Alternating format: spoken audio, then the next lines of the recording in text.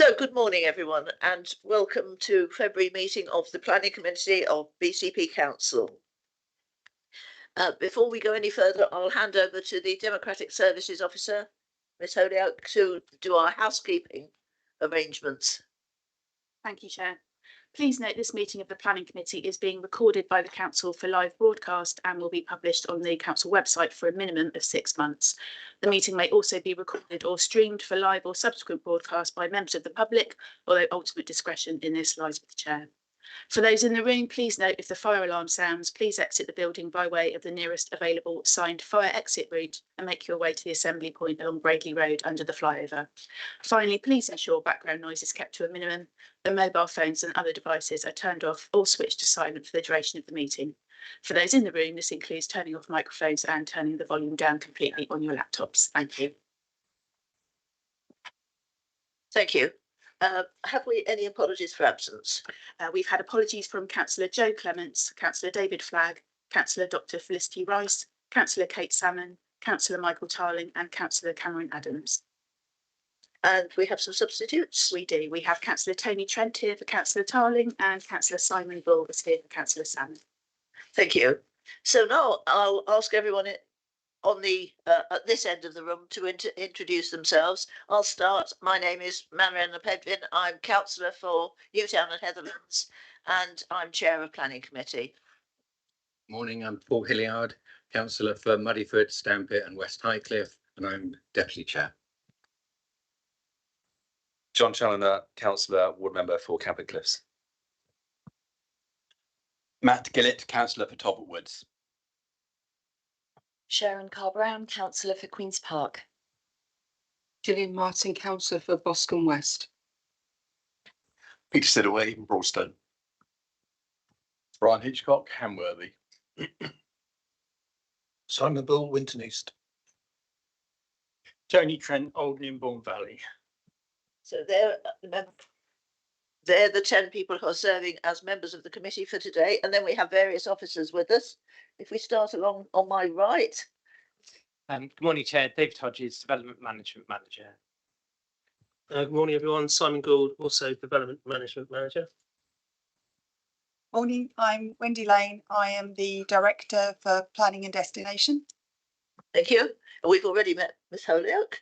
There will be various other officers on the screen, the case officers presenting the cases as we go along, but these are the people actually in the room at the moment.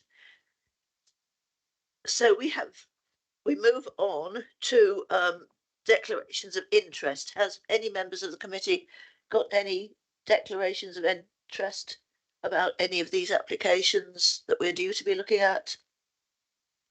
Okay, so for now, none, but if anything occurs to you as we progress, please raise it then at the point in the agenda. And now we move on to the confirmation of minutes for the last meeting on the 18th of January this year. And I believe there's a slight amendment.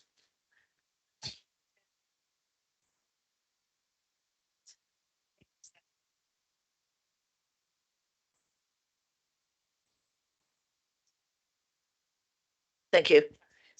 So those who were present at that meeting, are you happy that we accept these as correct record? Great. Thank you. So I'll sign those later. Public issues. There are various people who have requested to speak at on each of the applications. They will be given the opportunity as we come to that item on the agenda. And if they're in the room, I would ask them to come and sit where the label is at the end of the table for their speaker's microphone. Some may be online, or there may be some written comments that will be read out by the officers. So now we move on to consideration of the applications. We've had a request to change the order, so we should be taking 6C first. But we've also had another request that we need to consider that Mr. Hodges will tell us about. Sorry, Mr. Gould, Thank you, Chair. looking at the wrong one. Yes, item 6E, land at 40 Dorset Lake Avenue. There was some late legal advice received yesterday from our legal team following ongoing discussions, and the advice now and the request to members is that this application is actually deferred. So the recommendation is changed to defer it for one cycle to bring the application back in March's committee. Chair. Thank you. So is everybody on the committee happy to defer it for 1 month and look at it in due course? Do you wish to speak, or is that a vote in favour? Yeah, carry on. Is it was it a legal issue, or have they started it? What do you know roughly? Is there anything that can be disclosed? It relates to there's a recent planning history on this site, and there's been legal challenges around some of the previous permissions, and it relates to the validity of an application that was determined in 2019, and whether it constitutes a fallback position or not. And so we've been taking legal advice around that. Perfect, thank you. Councillor Hilliard. Thank you, Chair. So I'm happy to vote that we defer. So is it everybody else in? Oh, well, I'll second it myself. So it's now been proposed and seconded. Have we got votes in favour, please, of deferring? Unanimous. Thank you very much. So we move on to items, the first item on the agenda, which is item 6C. The case is going to be presented by Mrs. Sanjuti Manna, who is on screen, and we can see her. Welcome. So hand over to you. Thank you, Chair. I'll share my presentation. Please bear with me. Could you please confirm if you can see my presentation? We can see and hear you. Thank you very much. Thank you. Thank you, Chair. So the application number is 7/2023-7077F. This is an outline application for the proposed construction of a block of 9 residential apartments, of which 6 are to be 2-bedroom flats and 3 are to be 1-bedroom flats at junction of Windham Road and Stanley Road. Matters to be considered at this stage are access, scale, appearance and layout, with landscaping as the reserved matter. The application is presented to committee today because it was called in for committee determination by Councillor Moriarty. So this is the site location plan. The site consists of an existing private parking area, as you can see here, and almost entirely is covered by hard standing. It is located within a predominantly residential neighborhood with an existing warehouse located opposite to the application site. The site is within walking distances from Bournemouth railway station, a supermarket, schools, and other services such as GP surgery and medical stores. There are bus stops within walking distance, and the site is also walkable from the northern edge of Bournemouth town centre. As such, it is a highly sustainable location for residential development. This is the aerial photo of the site, showing the site in the context of other developments in the surrounding area. The warehouse, located on the opposite side, has recently been granted permission to raise the roof height and reclad the elevations. As can be seen, the character of the surrounding area is mixed, with buildings of varying types and designs are available in the immediate neighborhood, some of which have got more than 2-story height. For example, this building has got rooms in the roof space. These houses have got dormer windows, and so some of these properties. And this is the aerial view of the site from the other side. This photo shows the site from the Windham Road. As can be seen, the site is almost entirely covered by hard standing in association with the existing parking. The existing vegetation is sparse, with few unremarkable trees or hedges along the boundaries. This photo shows the site, which is the corner here, in relation to the existing terrace development at 1 to 7 Windham Road. And this photo shows the site in relation to 2A Stanley Road, which is at the corner here. As can be seen, the warehouse dominates the street scene, and the warehouse has permission to raise its ridge height to hit this point. And this photo shows the existing street scene of Stanley Road looking east. So the site is behind the back. This is the proposed site layout plan. The pedestrian access is proposed from the Windham Road, and access to a bicycle store is proposed from Stanley Road. Bin store is proposed to the side of the building, which will be served from the Windham Road. These are the ground and first floor plans of the proposed block. These 2 floors will accommodate 2-bedroom flats. All flats will have dual aspects and will include private amenity areas, such as balconies for the first floor flats and patio areas for the ground floor flats. All flats will comply with the nationally described internal space standards. And these are the second floor and roof plans. 3 number 1-bedroom flats are proposed on the second floor, which is set within the roof space. These flats are carefully designed to minimize neighbor impact. As you can see, the rear flat here includes roof lights to the side and rear elevation to minimize overlooking. However, habitable rooms all include a window on the Stanley Road side to provide outlook. These flats also comply with the internal space standards. These are the primary elevations of the building. Elevations are carefully designed to create an attractive frontage along Windham Road. The block includes 2 full-height forward projecting gables in the Windham Road elevation, which will contribute positively to the character of the area. The fenestrations are well proportioned and will create an active frontage because the door is clearly visible, the entrance door. It will create an active frontage on Windham Road. Similarly, well-proportioned side windows and full-height gable projection on Stanley Road elevation will create an attractive frontage, provide passive surveillance through these windows, and create an active frontage as well. These are the secondary elevations. As can be seen, most of the windows at the second floor on this elevation are roof lights to minimize overlooking. The proposal will maintain acceptable separation distances from neighboring properties on all sides, and no significant harmful impact on neighboring residential amenities is anticipated.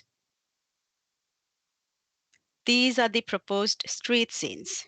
As can be seen, the proposed block would be marginally taller than the neighboring properties on both sides along Windham Road. However, due to the presence of the industrial building across the road, the additional height wouldn't be detrimental to the character of the area. Moreover, the scheme would follow the 2-story plus roof space heights, which are already present within the existing street scene. As for the Stanley Road street scene, the rear section of the proposed block, which is closer to number 2A Stanley Road, it will be actually lower than the ridge height of the existing houses. So overall, the proposal will make a positive contribution to the general character of the area.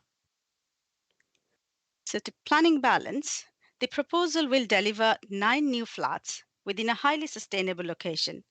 The site is currently used as a private parking area, and the proposal represents redevelopment of a brownfield land, which is given substantial weight in planning balance in accordance with paragraph 124 of the NPPF. In terms of neighbor impacts, it is considered that replacing a potentially noise-generating use, such as a car park, with residential development would reduce the noise impact. The proposal would also introduce more green spaces, and additional trees are proposed to be planted that can be secured at the reserve matter stage. So the proposal accords with the development plan policies insofar as it relates to residential development as this location. Accordingly, it is recommended that the committee authorizes development management to grant planning permission subject to conditions within the report and completion of the legal agreement. Thank you, Chair. Thank you, Mrs. Manner.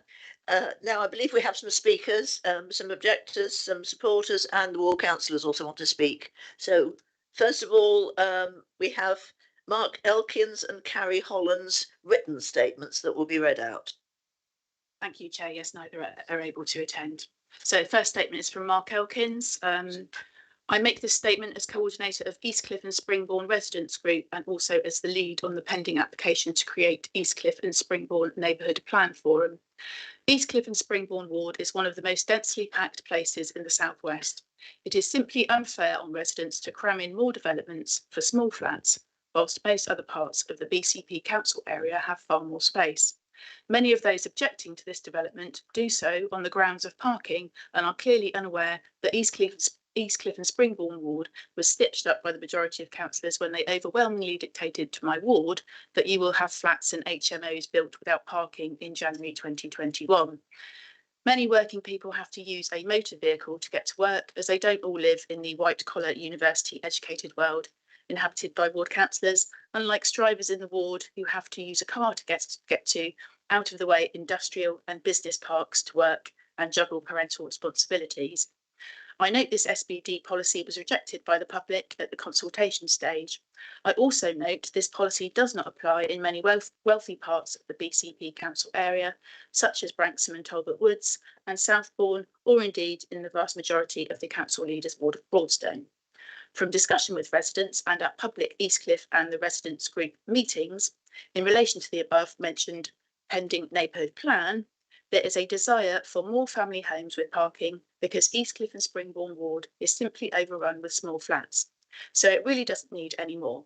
What is needed is a stable mix of housing and not a possibly hidden agenda to cram disproportionately in comparison to most other parts of the BCP Council area, more and more people. And second statement is from Carrie Holland. My reason for opposing the application is because the building of 9 flats without any allocated parking is not viable. I am a resident of Stanley Road and parking is impossible for many residents. Stanley Road is a one-way street with parking on only one side. Many households are opting to add white lines or dropped curbs to allow access to properties, but for people who don't have this option, parking is a real problem. I have seen several people getting parking tickets for being parked slightly over white line, but they are left with no other alternatives. Adjacent roads have similar problems, with cars often parking on pavements, creating hazards for pedestrians. Adding an additional 9 flats, with the potential for its inhabitants to have multiple cars, will make matters significantly worse for existing residents and lacks consideration of their needs. Although development of this site may benefit the area in some ways, the proposed plan should be revised to allocate parking for significantly fewer flats. Thank you. And we move on now to the applicants and supporters. And that is Matt Annan is speaking on behalf of the applicant. If you'd like to come forward, and you have 5 minutes, Mr. Annan.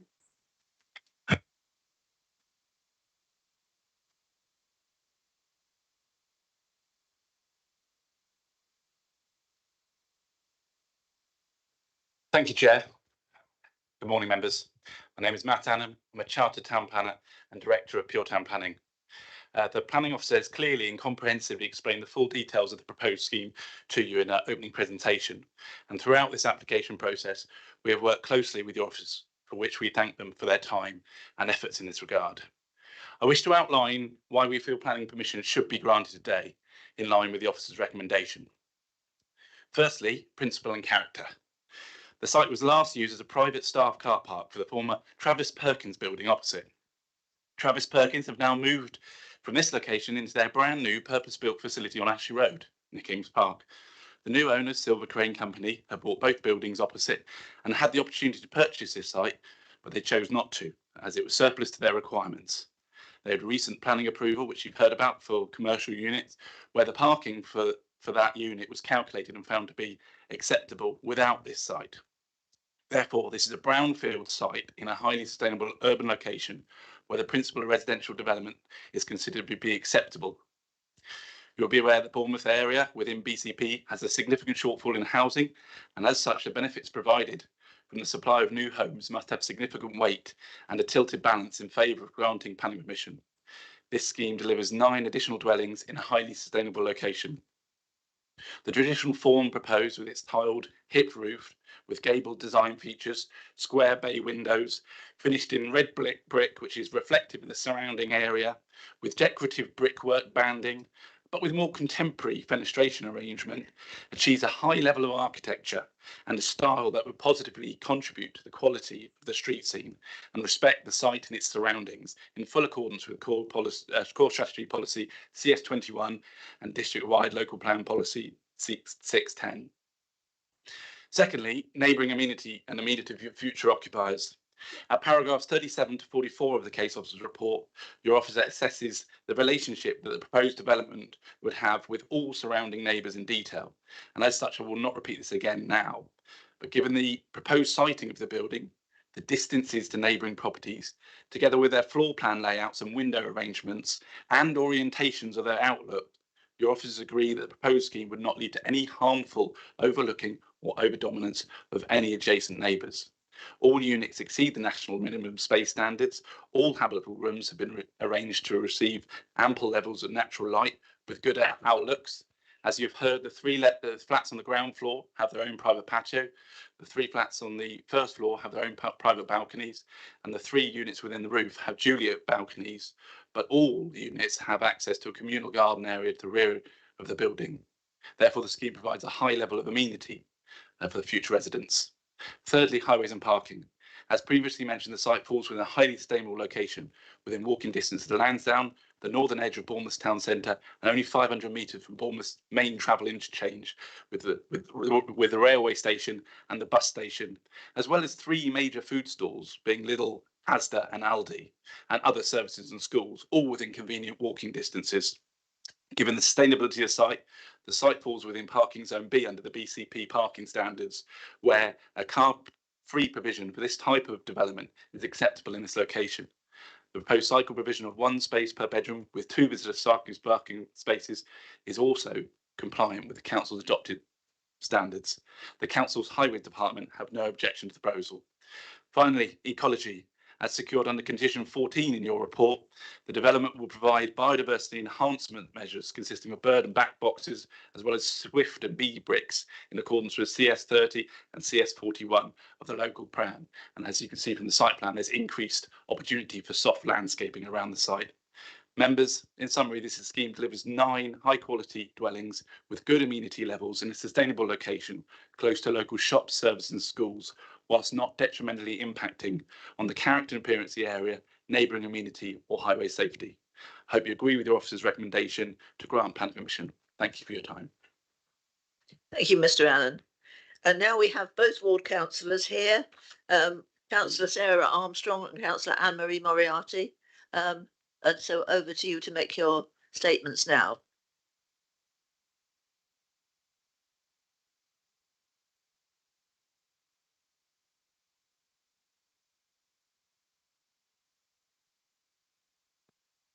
Thank you. My name is Anne-Marie Moriarty and I'm the local councillor for East Cliff and Springbourne ward. I'm here today to express my opposition to this current Wyndham and Stanley Road planning proposal. The proposal poses significant risks and challenges to our community that as a local councillor I can't just ignore. Springbourne is one of the most densely populated areas in the conurbation, as well as being one of the most deprived. Despite this, it has been asked to shoulder a disproportionate amount of development compared to our more affluent neighbourhoods.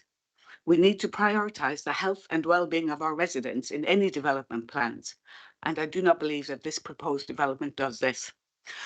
Neither does this proposed development cater to the identified need for family homes in our area, as outlined in our local plan.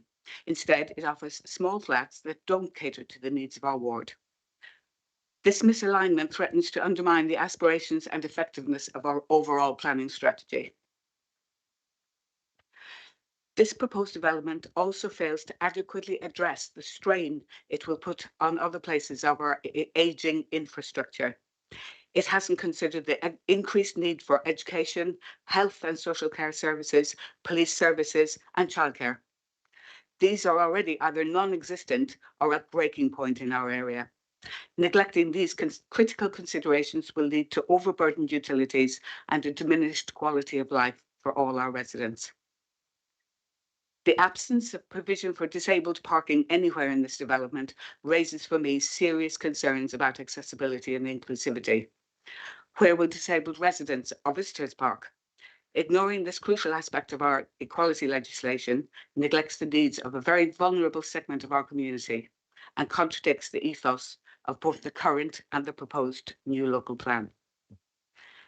The already congested roads of Windham and Stanley present significant safety hazards, especially for vulnerable road users such as the elderly, children, cyclists and pedestrians. Our street parking is already strained and our infrastructure struggles to support the current population. These proposed developments will only exacerbate these issues, leading to further frustration and decreased quality of life for our residents. A car-free development will certainly be compliant with what I agree are really important environmental guidelines, but it actually fails to take into account the practical needs of residents. Increasing parking without providing viable alternatives disproportionately impacts those who rely on cars for their essential mobility, including families and individuals with disabilities. A clear example of this is those essential key workers who live and work in the area, of which there are many. Community nurses, for instance, rely on their car to get from one patient to another. This proposed development will mean that they will need to park further away from their homes or the homes of their vulnerable clients. We clapped for key workers during the pandemic. Are we now saying we can't take their needs into consideration? Ultimately, the most significant concern with this planning proposal is its potential impact on the overall quality of life in our ward. We measure vibrant communities not just by economic prosperity, but by the well-being and happiness of our inhabitants. I have to challenge any proposal that compromises our residents' sense of safety, security and satisfaction. This planning proposal neglects crucial aspects of community welfare, including accessibility, infrastructure, health and safety. It disregards the expressed needs of our community, as evidenced by the large number of objections to the proposals. As responsible stewards of our ward, I urge you to reject this proposal and demand a more inclusive approach to development that prioritises the well-being of all residents. Finally, at this point, I would like to ask for your assurances that the recommendations contained in the soil report will be implemented in full. This is to ensure the risks of soil contamination are addressed. Thank you.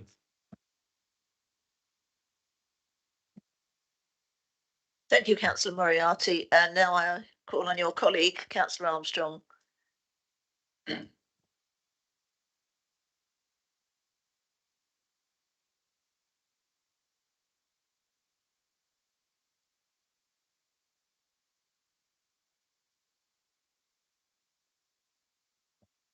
Thank you, Chair, and thank you to my ward colleague for expressing that so eloquently and completely to the point. So again, I'm here speaking on behalf of residents. Anne-Marie and I have been meeting them since last November to hear their concerns, of which there have been absolutely there have been many. So what's really important, I think, for us is because our ward, when we look at our ward, we're also setting a precedent for the future. It's going to be a while before the BCP local plan is signed off, and then it'll be another while before our own neighbourhood plan is in existence. So we feel, both as residents and councillors, that applications like this need our extra consideration. We are already dealing with the cumulative impact of years of austerity, overdevelopment and a lack, frankly, of intelligent thinking around what our community should look like, feel like and what's needed by the people that live here and in our ward in order to enjoy happy and healthy, fulfilled lives.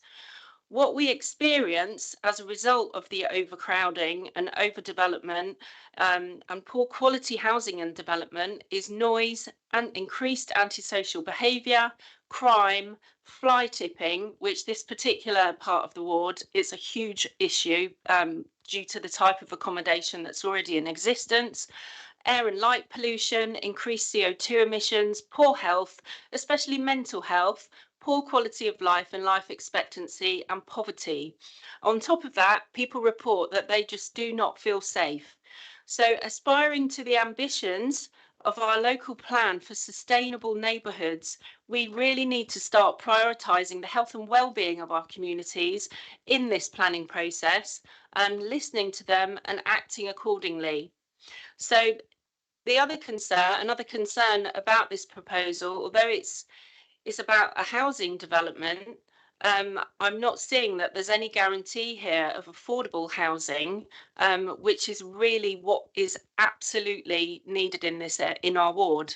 I'm also not seeing, I mean, there's not going to be any SIL by the looks of it, community infrastructure levy.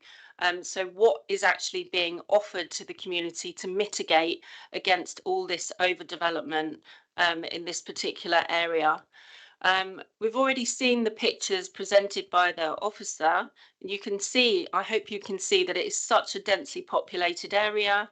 And with more flats, more fly tipping, more antisocial behaviour, and ultimately greater reliance on council services to address this, I can't support this proposal as it stands. I also want to pick up issues already mentioned by Anne-Marie and residents with regards to parking. So a lot of the roads in this area, unfortunately, residents are forced to pavement park, and this will only get worse. This has got huge equalities impacts, as well as the already deteriorating roads, and the quality of the pavements is poor. Access to GPs and dental treatment is already under pressure. There is no green space, and we're also learning about the growth of the height of the industrial building only just across the road being heightened, which with that continuing, there's increased traffic, parking, and impact on air quality. So I really struggle to understand how this is contributing to ensuring that the community in this part of our ward is more sustainable. The final point that I want to make is about the poor public transport in Springville. There are parts of the ward where there are only like bus services once every half an hour. So I would say that the area is not yet ready to go car free, although that's the aspiration. But this needs support, not force. And residents feel that they are being forced into, they're being forced into this and they don't necessarily want to. Thank you. Thank you, Councillor Armstrong. So now over to the committee, first of all, to ask any questions about the details of the plans, anything you want clarification of, and Mrs. Manner, I think, is standing by to answer if it comes within her remit.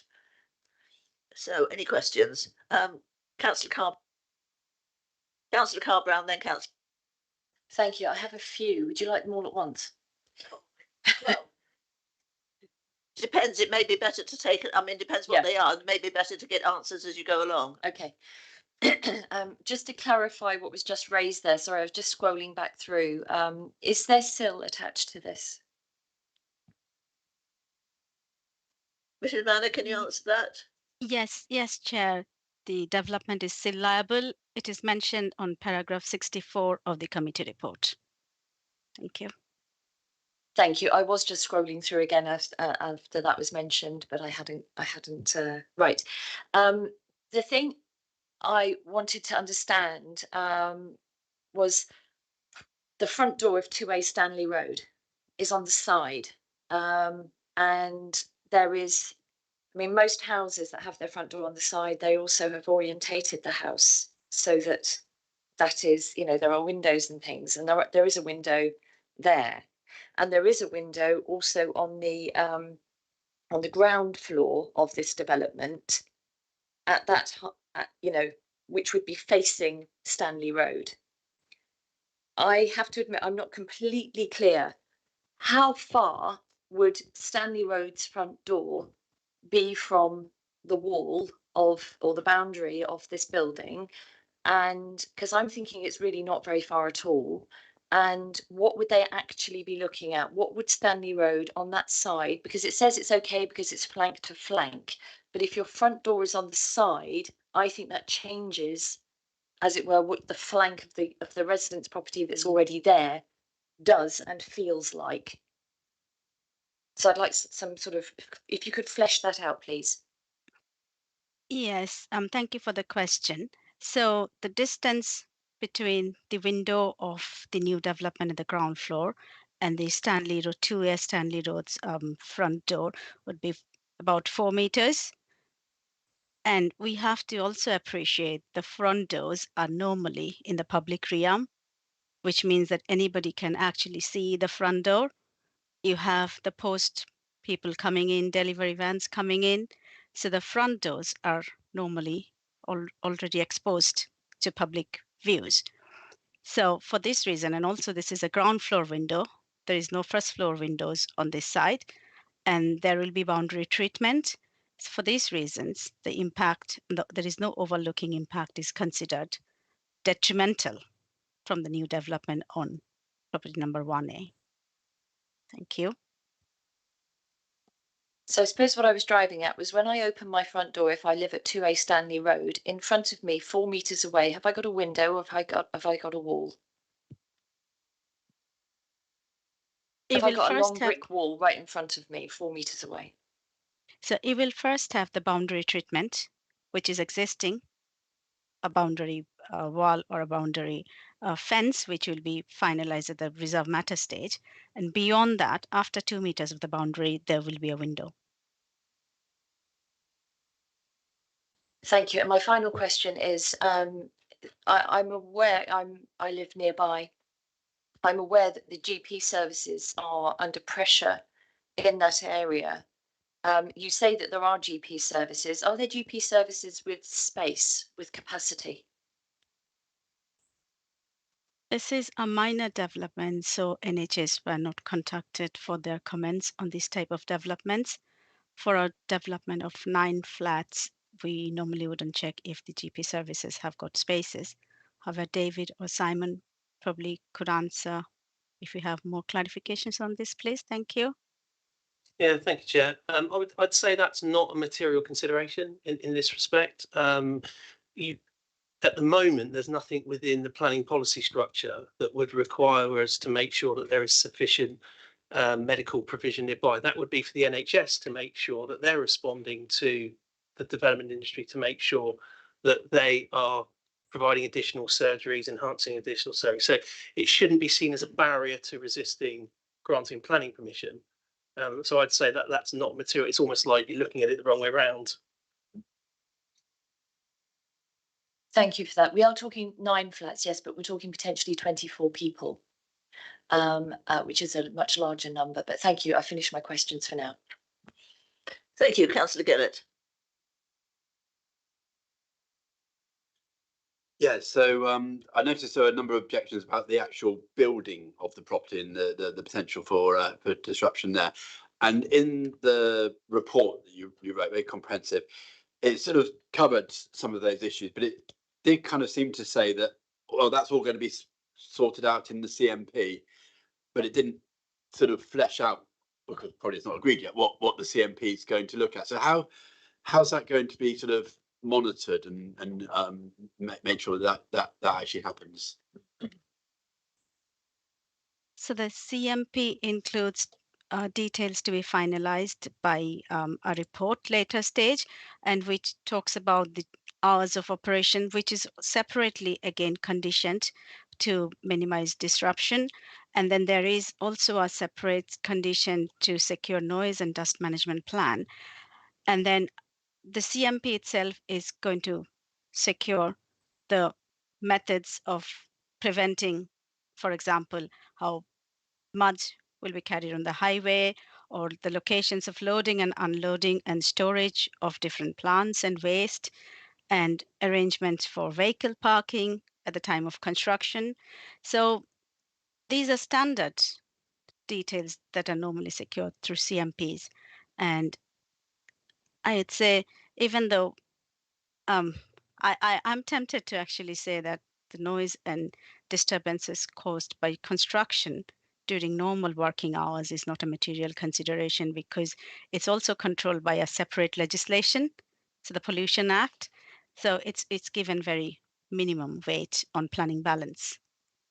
I hope it satisfies your question, the answers to it. Yeah, I think so. But it's just not agreed at this point, but it will be agreed at some point in the future. Thank you. Any more questions? Councillor Sidaway. Thank you. A couple of questions. So it's not mentioned. Sill, when you talk about that, the sentence actually says net increase in floor space. What does that mean? So if that's a standard way of mentioning sill. So if it was a replacement dwelling, for example, then we would have calculated sill based on what's additional floor space. However, in this instance, there is no existing building. So the entire building will be sill liable. All floor spaces, the entire development will be basically sill liable. Okay, thank you. Shame it didn't say that. The boundary treatment, looking at it currently, there's pretty much nothing there but like a 2.5 foot wall. Is the proposal probably not agreed yet whether it's a fence or a wall, but would be much higher than that? So as they come out, there would be effectively just a wall in front of them, which they don't have currently. So the boundary treatment is conditioned, so we can negotiate with the applicants at a later stage and then find an appropriate boundary treatment, which in my mind, even though I do not have the details at this moment and I cannot confirm that, but ideally a boundary treatment would be 1.2 to 2 meter high, either closed board fencing or a wall with a landscaping behind. Okay, thank you. Who parks in the car park currently? So as Mr. Annan clarified, the car park was originally an overspill surplus car park for Travis Perkins, which is not required. So it's a private car park, which I believe it's let out to people to use by the landowner. However, I do not have more details other than that. Okay, does anybody know? Sorry, when I went down there on Sunday, there was a Sunday before, there was a football match on, and they were all for the football ground. They were parking in there. I presume they had permission. I did talk to a few. That's where they were all going.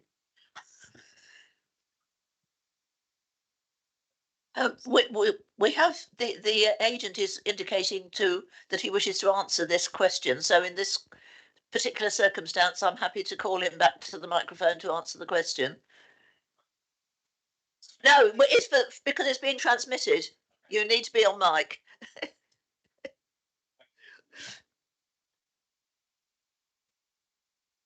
Just to clarify, in the past, there was an agreement with the previous owner regarding some surplus parking, but that was only during the daytime, and in the evenings it was locked. Under the new ownership, who's the applicant of this application, any parking is actually unlawful. They have been locking it, and it's been unlocked, and they've locked it again, and so yeah, it's a private car park owned by the applicant, and there's no parking allowance for any nearby parking. Just to clarify that. So it's a free for all if they can get in, basically, isn't it? If they can get, yeah. Right, just to be fair and balanced, one of the ward councillors is also indicating on the subject. So if you'd like to come to the mic.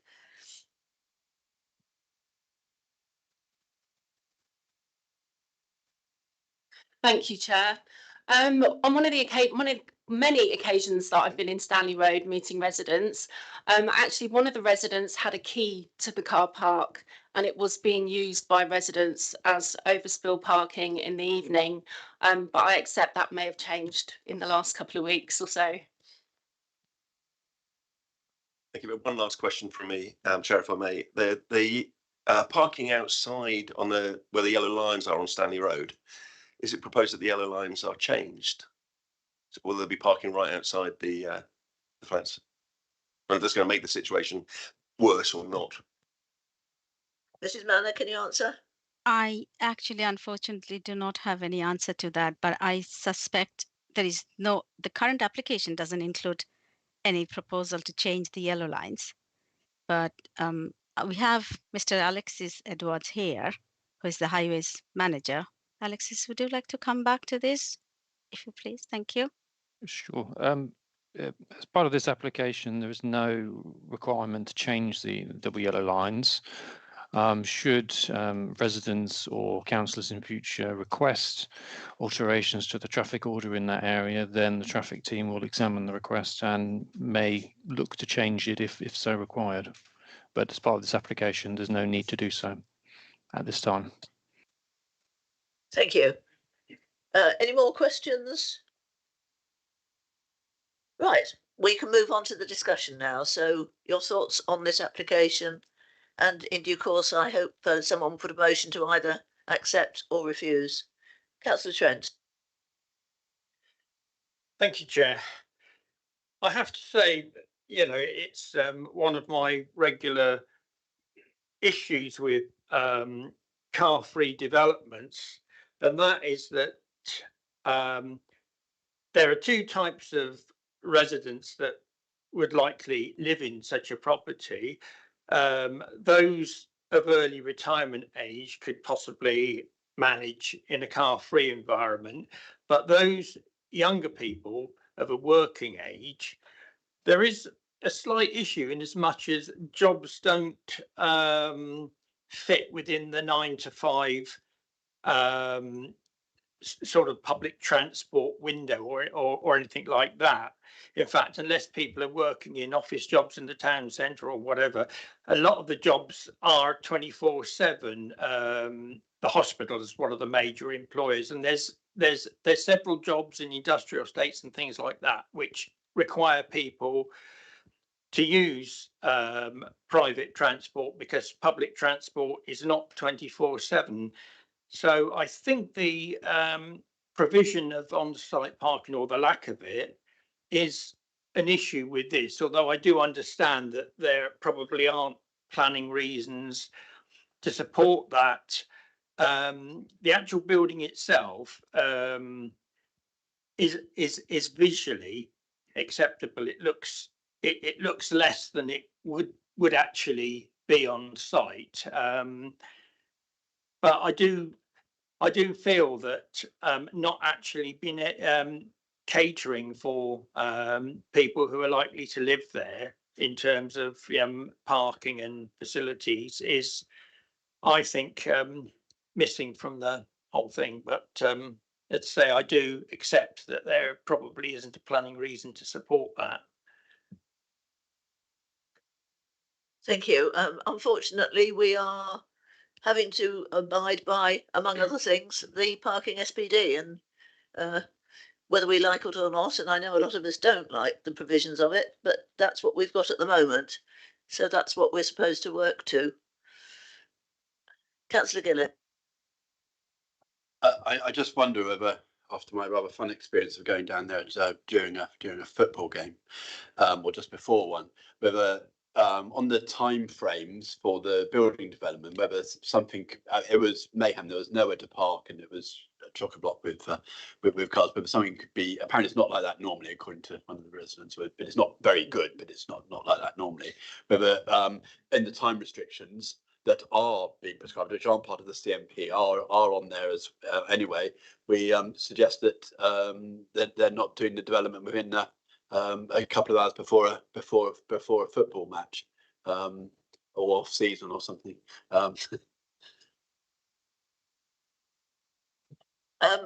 If you look at number 10 in the conditions, it deals with construction hours. It does, yes. So I was just wondering whether we amend that just to make an arrangement so that they're not putting lorries down there. It would make it incredibly difficult based on my very limited experience of going down there on one day. Being quite ignorant about football, those hours to me look like outside football match times. Even midweek evening ones, it's outside. Mr. Gould? Yeah. Are you talking about, when you say football match, are you talking about AFC Bournemouth? Yes. So as a football fan, not necessarily of AFC Bournemouth, they will normally play at either 3 o'clock on Saturday. So as you can see, Saturday's works would need to stop by 1, so a couple of hours before kickoff, or in the evenings, 7:30, 7:45. So again, on a working day, that is to cease by 6 o'clock. And if they're playing on a Sunday, then there's no work at all anyway permitted in terms of deliveries, construction hours. There's no work permitted on the site on a Sunday. So I would suggest that it covers it off already. Yeah, I just brought up their schedule. They are playing Man City at 5 o'clock in a couple of weeks, but yeah. Yeah, but is that on a weekday? I suspect not. I suspect it's a Saturday if they're playing at 5 o'clock. In which case, then work should have stopped 4 hours before.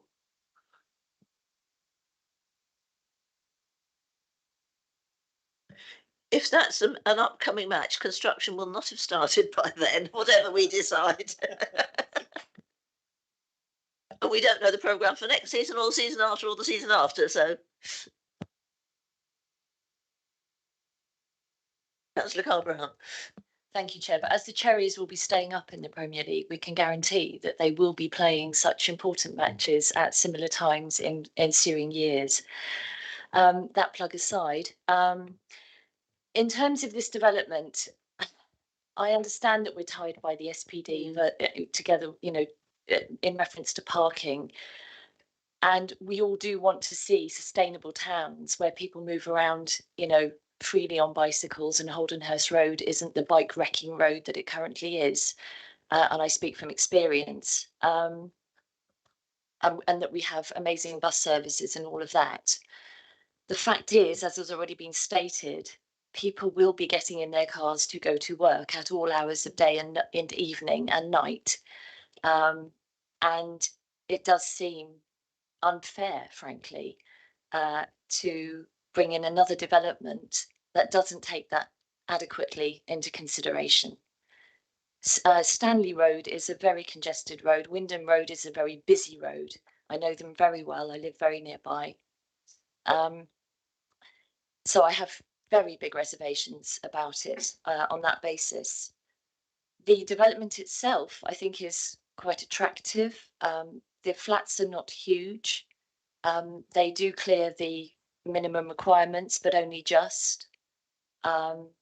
What concerns me actually is the amount that it fills the plot and the boundary, particularly up to Stanley Road. I know that I wouldn't want to open my front door and have a high fence 2 meters in front of me, and then 2 stories and a roof 2 meters the other side of that. And it does beg the question why that boundary couldn't have been brought back somewhat to allow more amenity. It's obvious that that's a front door on that side. It's not such a big deal on the other side, on the Wyndham Road side, because that genuinely is flank to flank. I had a good look. So I do wonder why, in the process of coming to this design, they weren't asked to bring that boundary further away from Stanley Road, perhaps sacrifice a flat in the process, a flat or 2 in the process, but that then perhaps would also have made people feel that it wasn't such an overdevelopment. But we are where we are with this application. I think it has some merits, and we do need the housing. Do we need this housing in this place? That's always the question. And it is a good use of brownfield site. So yeah, I'm still mulling over my position on this, but I do have some reservations. Thank you. Anyone else? Councillor Sidaway, then Councillor Hitchcock. I think this is one of those developments that we see from time to time that on paper it looks absolutely fine. I think the design is pretty good, but it doesn't go, for my liking, anywhere near far enough to pay attention to what the residents think, what the councillors have very eloquently put in front of us today, because it ticks the boxes of the MPPF and the local plan. But in this particular situation, I don't think that that's the right answer. However, there's probably no planning reason why we can turn it down. And that feels like a major flaw in what we're doing, because there's, excuse me, no doubt in my mind that the views put forward by the councillors have not been taken into account. And I think that feels wrong in this development. So similar to Councillor Carl Brown, I'm probably not in favour of it, but I can't yet find a reason to say no to it. Thank you. And Councillor Scott. Want to add to that really is maybe the developers should start thinking about going up another story and putting car parking underneath it, because parking is a problem, and as we've just discussed, there's no reason to deny the applicants on a parking issue, but we all feel exactly the same about parking. So, Councillor Shannon. Thank you, Chair. I echo the sentiments of other members of this committee. We do seem to be a little bit hamstrung in terms of what we can do or influence on this.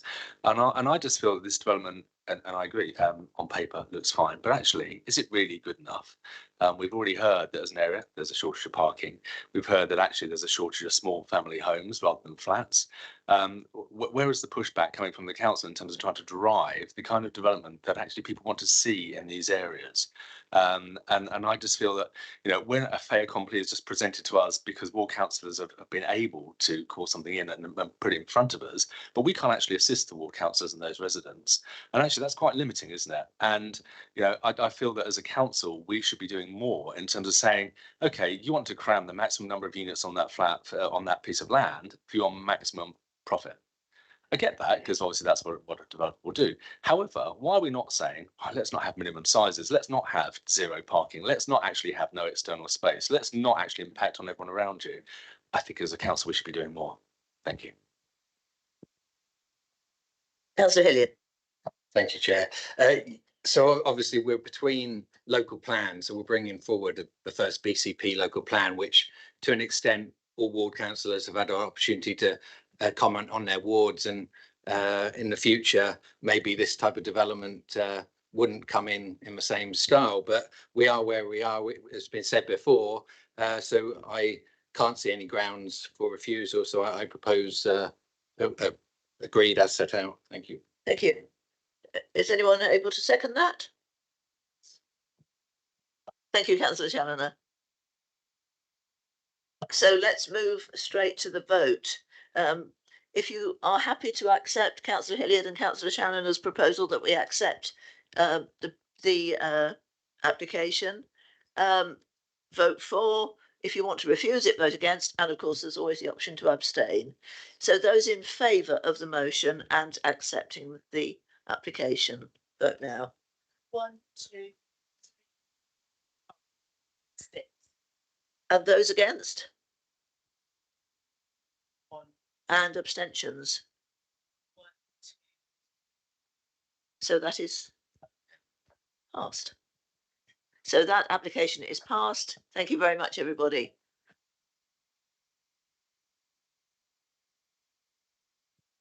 So now we move on back to 6A, Elstead Hotel in Niverton Road in the same ward. So the same ward councillors are with us. And the presenting officer is Pietro Kulik, who is on the screen now. Good morning, everyone. Good morning, Chair. Just about to show. Morning, we can see and hear you. Oh, that's we can't brilliant. see your presentation as yet. Yeah, just bear with me one sec. Can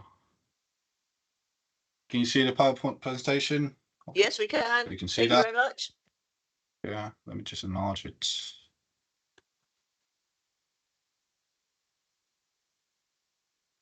Okay, so that's the first slide.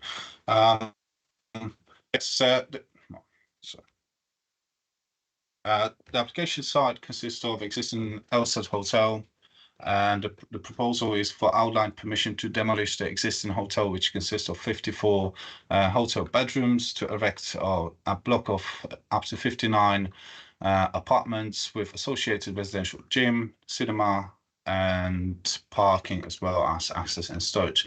The only reserved matters are landscaping. In terms of location of the site, the existing hotel is located within the highly sustainable location with local amenities set nearby, such as supermarkets. Also, there's Lansdowne as well as rail station is located nearby. The application site is also located within the Eastcliff Conservation area. In terms of the local setting, the buildings differ between more traditional 2 up to 3-story buildings, as well as more contemporary block of flats up to 4-story, which have both pitch and mansard roofs.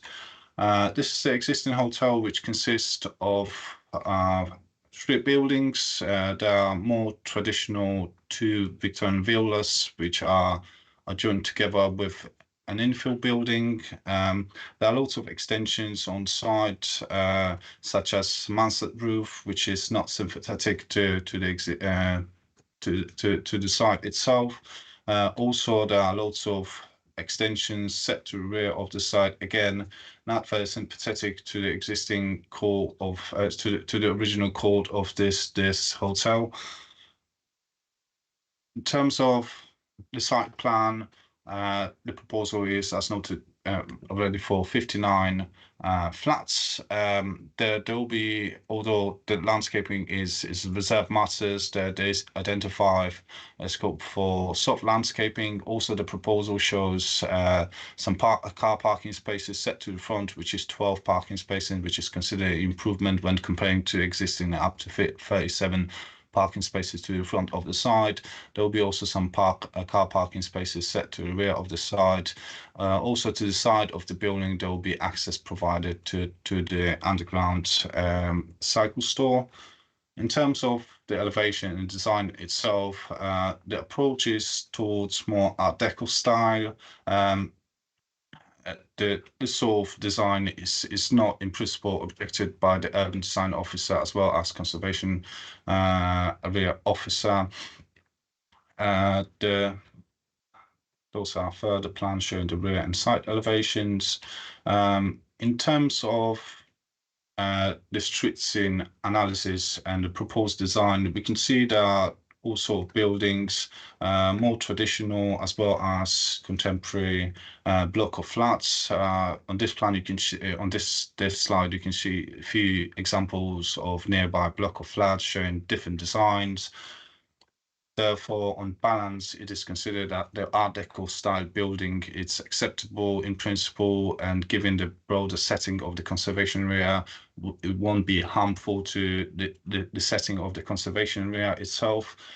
Also, during the negotiation process and achieving the final plans which are presented today, there is some we achieved some reference to nearby grade 2 listed Echo building, which is located on Richmond Hill. So as you can see, there are some references to this sort of style of the building. Also, just to show the emerging pattern of the locality and the street scene itself, there's the latest permission granted in May 2021 for the adjacent site, which is located to the west of the existing hotel. This is the Craven Court, which currently consists of a care home, and there is a permission for a contemporary style block of 24 flats. This is a street scene which is shown on approved permission for Craven Court. So as we can see, the proposal is for a contemporary style building, which is slightly below the existing Craven Court building. On this slide, you can see the proposed street scene for the application site itself. So again, we've got some reference to the contemporary building adjacent to the west of the site. The red line is showing the existing Craven Court building and shape of the existing hotel. As we can see, the street scene levels will be firmly respected. The proposal would not show a significantly higher building than the adjacent properties. Obviously, the highest element of the proposed building will be the tower element, which basically refers to the Art Deco style building, which is considered as an interesting and positive feature and adding some interest to the proposed design. In terms of the impact on neighbouring properties, so we have a residential block of flats sets to each side of the proposed buildings. Both buildings, including the Pine set to the east of the side, have some habitable and non-habitable windows already facing the existing hotel, and the existing hotel also have some habitable and non-habitable windows set to the side of the building. Therefore, there is already established some existing overlooking, I would say, issue and matter on site. And also the Craven Court building, which is shown on the top right left-hand top photo on this side. On this slide, is showing again some mixture of habitable and non-habitable windows overlooking the site. The proposal itself showing reduced number of windows on the site elevations, and those will be habitable bedroom windows set in the middle of each of the proposed site elevations, as well as some kitchen windows. The size of those windows will be reduced when compared to the existing hotel. However, there are some noted some balconies set to this set along site elevations. However, on balance, given the existing established overlooking of the adjacent properties to each side of the building, on balance, the scheme is considered to be acceptable. In terms of the elevation set to the rear of the site, there are some ground floor level differences, so topography has been considered. So we've got more traditional dwellings along the Francis roads, and each of those dwellings adjacent to the side have approximately 20 meters long rear gardens.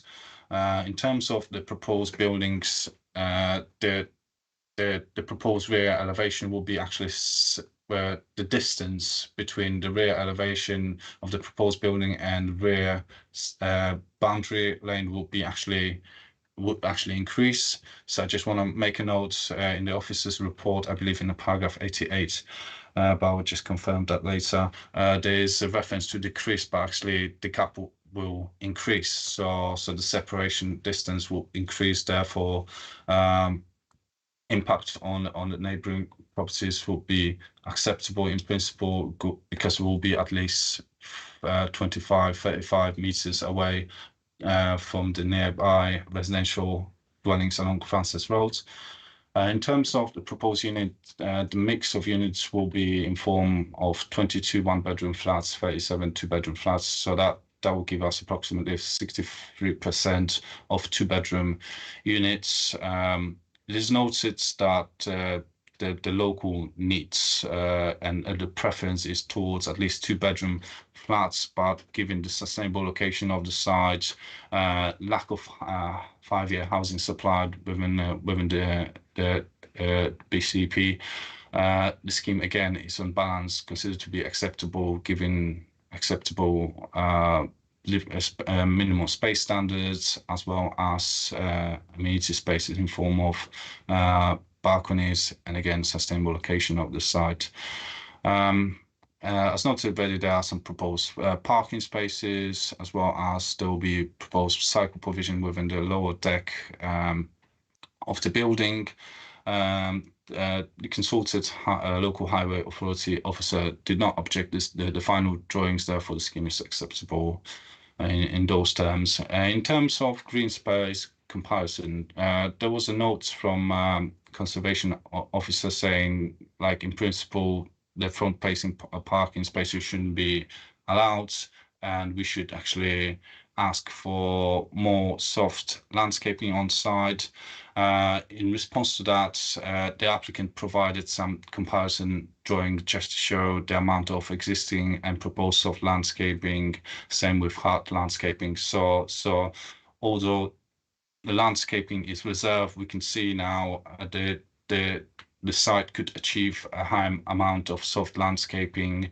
And in terms of front-facing parking spaces, such arrangement is not something unusual along the street scene. We can see other properties, including the adjacent side, the Pines, number 16, that have some front-facing parking spaces and obviously hard standing. Therefore, in terms of the provision of hard and soft landscaping on site, the scheme is considered to be acceptable. Just to summarize, there's identified public benefit in terms of provision of 59 units within the highly sustainable location and within the local authority where there is a high demand of housing supply. Impact on neighbours, living standards for future occupiers has been considered to be acceptable. The scheme won't cause any highway impacts, and parking and cycle provision on site is on balance to be considered to be acceptable. Therefore, the recommendation is planning approval. Thank you. Thank you, Mr. Kulik. Now we have some people wishing to speak. We have two objectors, Anthony Irvin and Mark Elkins, which will be a written statement. So is Anthony Irvin with us? Right, could you come to the microphone then, please?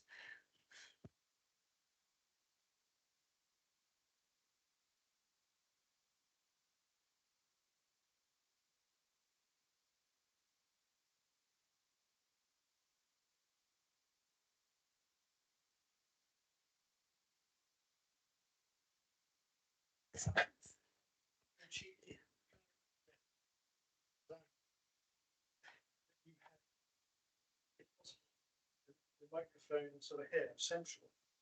It's not very. And then it blocks the screen for us. Then it blocks the screen for all the committee.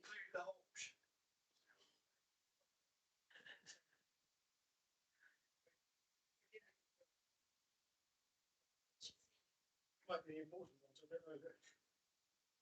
Thank you.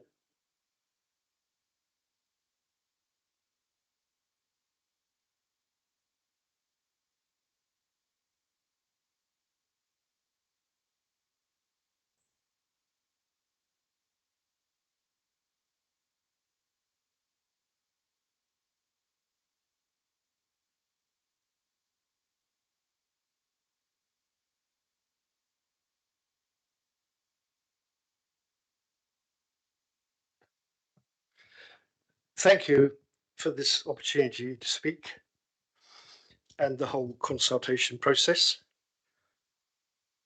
I think it's the National Planning Policy Framework of 2012 that obliges developers to take into account the concerns of the community.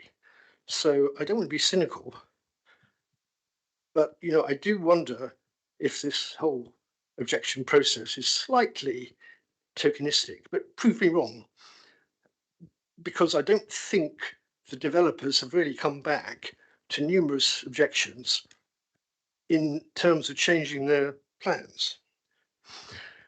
Anyway, I am personally sad that the hotel, the Ilstead Hotel, which has an interesting history with the Union connection, might disappear.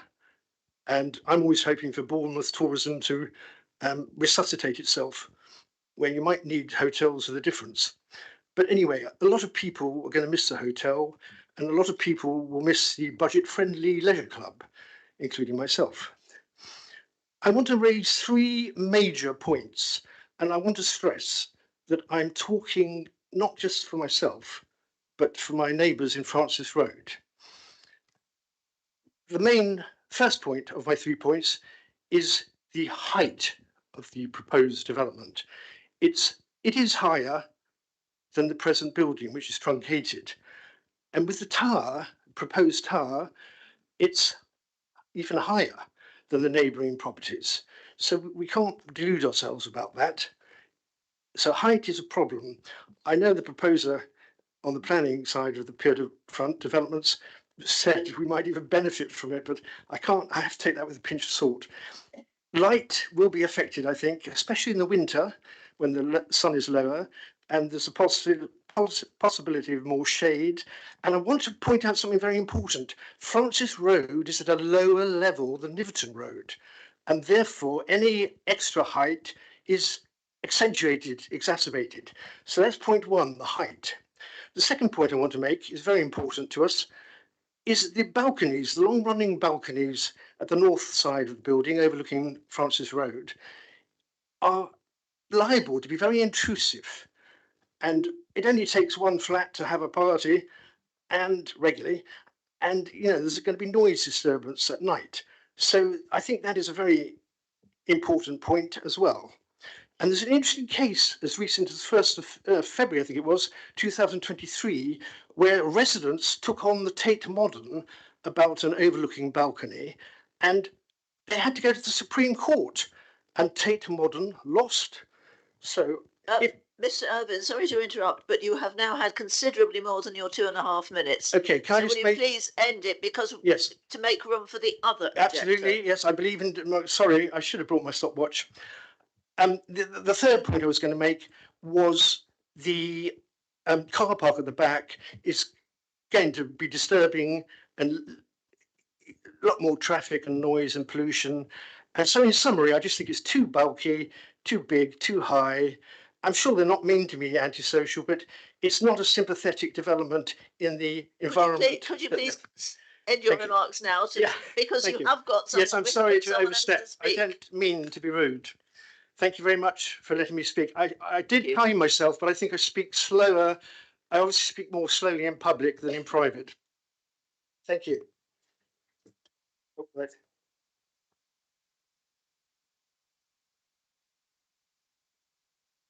Then, Chair, the second speaker is Mark Elkins, who again is not able to join us, so it's a written statement. So the decision by Michael Gove in July 2023 as the Secretary of State responsible for housing over the Marks and Spencer Oxford Street London flagship store makes it clear CO2 implications of demolition and rebuild need to be taken into account. Therefore, this application must take that decision into account. I cite the following two references to back up this claim. This is two websites: www.archpaper.com/2023/07/ and there's a hyphen in between each one. Michael Gove shuts down Marks and Spencer's Marble Arch demolition plans over carbon catastrophe. And then www.savebritainsheritage.org/campaigns/item/878, and again a hyphen between each word. Press release, Save publishes report on MS Oxford Street campaign. Eastcliff and Springbourne Ward is one of the most densely packed places in the southwest of England, but this application just makes that worse. The footprint is unacceptable to residents. Housing development should be taking place in less densely packed areas of the BCP Council area in the first instance, not the most densely packed. This development would lead to a loss of local jobs and hotel facilities, adversely affecting the immediate local economy. BCP Council should not be approving applications for new hotels elsewhere if this is undermining the hotel industry in Eastcliff and Springbourne Ward. However, media articles about these Elstead hotel plans mention the loss of 40 to 45 local jobs, but nothing says it's not a viable business. Eastcliff and Springbourne Ward has been starved of resources to deal with the problems it faces, and increasing the population has the potential to make these worse. For example, not enough police and ASB officer resources. It has, for example, arguably the second worst police crime map figures in the BCP Council area. I note the NHS also have severe criticisms of these plans due to the population increase they would create. Thus, not only are these plans an environmental disaster, they are also extremely bad for the local area and local economy and the area in general. Currently, the Leisure Club of Elstead Hotel provides for the needs of a significant number of autistic and neurodiverse members of the local community. The proposed new development does not provide for these needs. Whilst the plans do include a gym, it is not clear if this is accessible to the community. The plans do not include a community accessible health spa and pool facilities needed by the community. Mark Elkins, Coordinator, Eastcliff and Springbourne Residents Group. Thank you. Now we have to speak on behalf of the applicant, Mr. Giles Moore.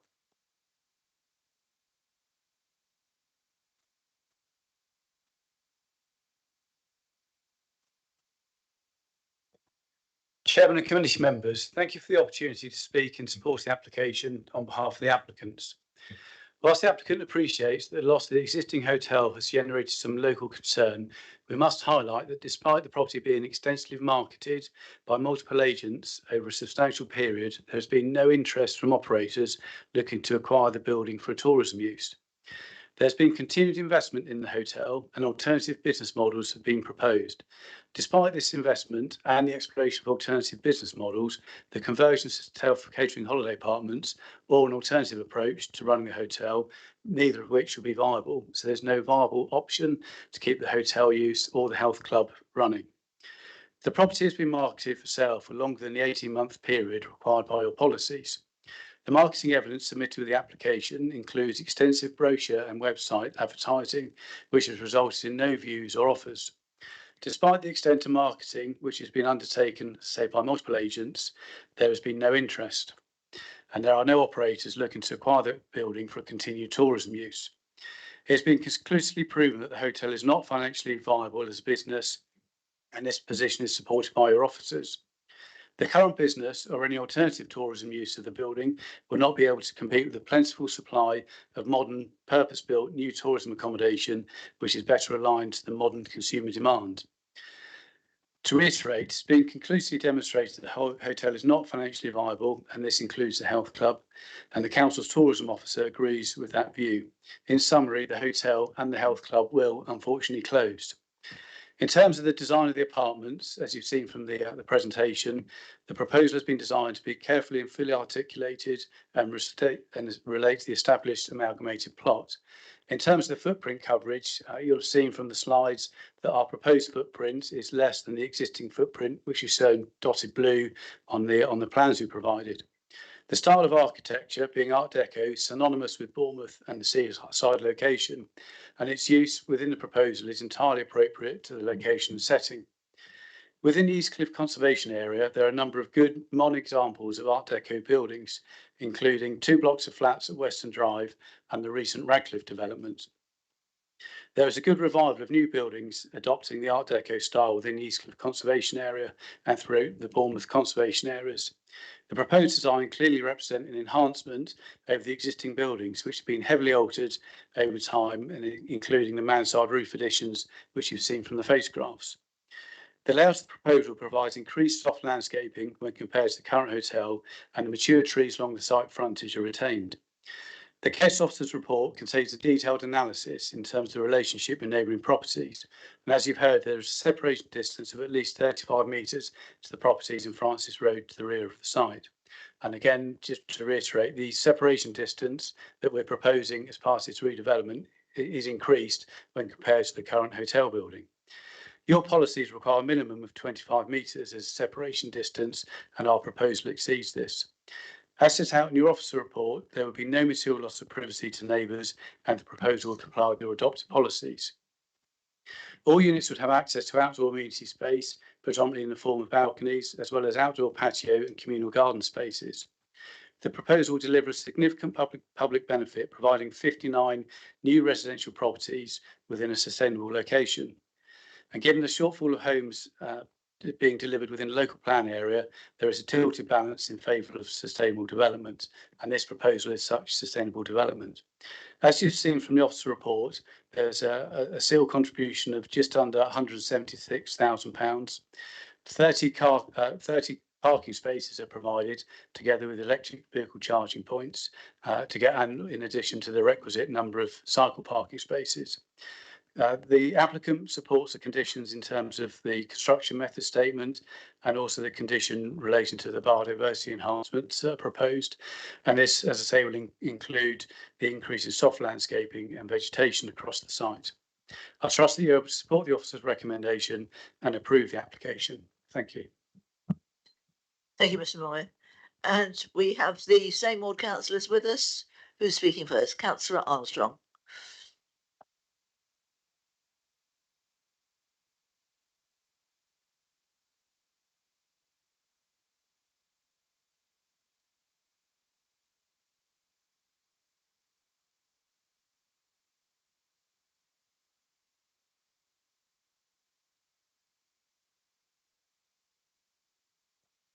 Thank you, Chair.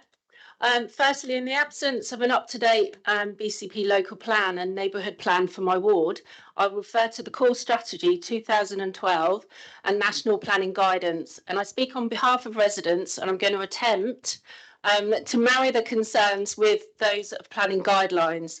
So we've already established that there are a number of material planning considerations that have been raised by residents, more than 28 residents actually, and more than that.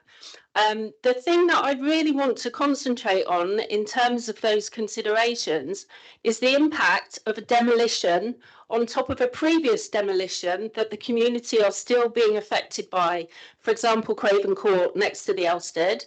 It's a large-scale demolition that took place only last year with a build of 24 flats that's caused noise between 7 a.m. and 6 p.m. on many occasions. It's breached the CMP. I've personally had to call in environmental health.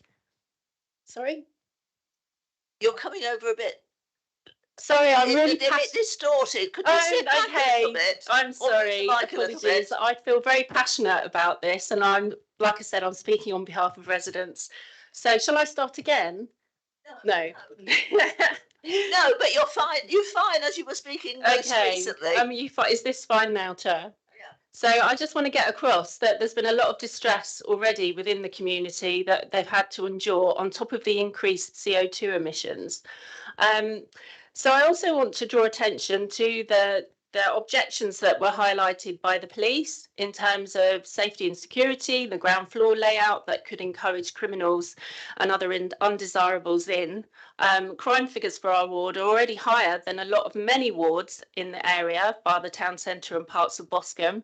I also want to acknowledge the concerns raised by the NHS about acknowledging the additional pressures on an already incredibly stretched health services in our area. So I don't see how this aligns with CS1, which advocates for sustainable development. I'm now going to go on to trees first, building second, and I want to talk a bit about a climate emergency, because in 2019, our council declared a climate and ecological emergency. We pledged carbon neutrality with a commitment to embedding sustainability as our way of working and encouraging communities to reduce their carbon footprint and emissions to help achieve net carbon targets. So I'm going to refer to NPPF 2021, which is talking about making that transition to a low carbon future in changing climate and ensuring the protection of our natural and built environment. So with that, taking that into regard, I want to refer to section 14, paragraphs 154 to 158 regarding new developments that should help and shape places in ways that are actually contributing to the radical reduction in greenhouse gases, encouraging the reuse of existing resources, including the reuse and conversion of existing buildings. So I do not hold that that proposal meets this. I also want to draw attention to point 62 in the report from the officer that about demolition being only permitted for the replacement of buildings that have a negative contribution to the conservation area. This building has parts of a traditional period villa that date back to the early development of the East Cliff, so I question how that can be a negative contribution. We also have numerous experts, engineers and Chartered Institute of Building Engineers and Architects who tell us that demolition and the rebuilding creates double the emissions and 10 times the amount of waste. So frankly, I think there are too many buildings being demolished without the full understanding of the whole life carbon impact. We should be prioritising the reuse and retrofitting of buildings and giving greater weighting to our carbon footprint and for housing that is actually in reach, affordable and meets the needs of residents. So I think it's a no-brainer to repurpose and convert buildings that we cherish and save thousands of tonnes of CO2 whilst we do that. So I do also recognise the vital importance of affordable housing. I welcome it, but these luxury apartments are simply not affordable for local people, and they will only enforce the inequalities already being faced by too many residents nearby. Neither do they meet the urgent need in our ward for family housing. So I'm also going to just touch on policy CS2 about sustainable homes, because I'm very concerned that this development will be detrimental and will cost our local community, and the forecast amount of community infrastructure levy of around 175,000 will go nowhere near to compensating the community for the detriment, loss and cost of this development, especially with units expected to be sold off for over 300,000 each. I think the huge missing is with regards to CS5 policy, promoting a healthy community, which I think I've illustrated above, and also highlighted by residents about the loss of a much needed swimming pool and spa, one of its only of its kind, serving over 17,000 people in the ward. The last point I want to make, if I have sufficient time, is with regards to policy CS28 about tourist information. So this is tourist accommodation, sorry. So this is not just about the loss of a community hub. It's about the loss of potential income and spend in the local community from the future guests of a hotel, leisure centre members and jobs in the local economy for generations to come, and about a legacy lost behind. And once this is gone, it's gone. We can't get it back. So according to the policy, the business has to be no longer viable with no reasonable prospect of continuing. So when you look at the trading potential of this hotel, Councillor Armstrong, I've been very lenient, have, but you have had actually. 6 minutes, so we really must draw you to a close now. The final point that if it's okay to make is with regards to section 16 of National Planning Guidance Planning, and if you look at paragraph 207 and 208, it's with regards to where a development leads to less than substantial harm. And it goes on to say that conservation by grant funding or some other form of not-for-profit charitable ownership or public ownership needs to be demonstratable. You know, it needs to show that it's not actually possible. So on behalf of residents, I cannot support the proposal as it stands. Thank you, Chair. Thank you. And now, Councillor Moriarty, can you take note and keep your remarks within the time, please?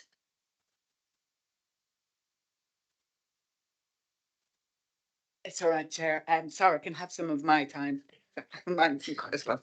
Okay. It doesn't quite work like that. Thank you, Chair. Okay, so exactly the same as Sarah, I'm here really on behalf of residents, and Sarah has already provided quite a lot of really detailed research. Opposing this proposal. I've forgotten my specs, which isn't very useful. I do think that the provision of additional housing is important. It's vital. We're not building enough houses, but it cannot come at the expense of our ward's well-being. The concerns I raised reflect the collective worries of residents who are already dealing with a huge amount of challenges in our ward. ASB, fly tipping, already restricted parking that Sarah has spoken about. Firstly, the proposed development is for 1 and 2 bedroom flats, not the 3 and 4 bedroom homes we so desperately need in our ward and which have been supported by our local plan. It also fails to address the pressing need for affordable housing in our community, which is incredibly important for us. Our affordable housing policy does mandate the inclusion of affordable housing in major development, which this is one of. However, the applicant's economic viability assessment indicates they are unable to fulfil this responsibility. As a result, our community faces an increase in housing density without the crucial provision of affordable homes, further deepening the socioeconomic divide within our ward. The additional density will also impact on essential services such as childcare, healthcare and education, which are already stretched to breaking point. As a ward councillor, I find it very difficult to understand how GPs, NHS dentistry, school places cannot be part of material considerations. The loss of 45 jobs due to the conversion of the Elstead Hotel into residential units is another blow for our community. These job losses will have an impact throughout our local economy, and as a trade unionist myself, I'm especially exercised that the owners of the Elstead ensure that their staff are provided with appropriate redundancy payments and support with finding other jobs. Much of the opposition to this development from residents is the inadequate provision of parking spaces. With only 28 parking spaces allocated for 59 flats, the proposal sets the stage for the inevitable increased congestion on the surrounding streets. This is going to disrupt the lives of residents and visitors alike. Much of the parking locally is restricted, And while I applaud the intent of increasing green policies, we have to first ensure that there are viable alternatives to car ownership. And crucially, we have to bring residents with us on this journey. This proposal, however, will have the net result of increasing the parking challenges in the neighbourhood. The prospect of windows overlooking the surrounding area also raises valid concerns about the loss of privacy and increased noise pollution. The proximity of the underground car park entrance to residential properties further compounds these worries, with the potential for pollution and noise disturbances. The history of rat infestations from the hotel raises red flags about the proposed development's impact on public health and sanitation.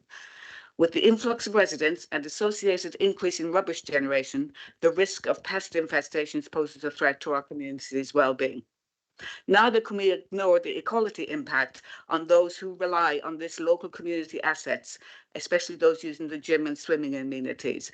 Not everybody can get to other amenities, and I do understand that whilst the current owners have no moral responsibility in this regard, surely we as local councillors have a duty to consider them.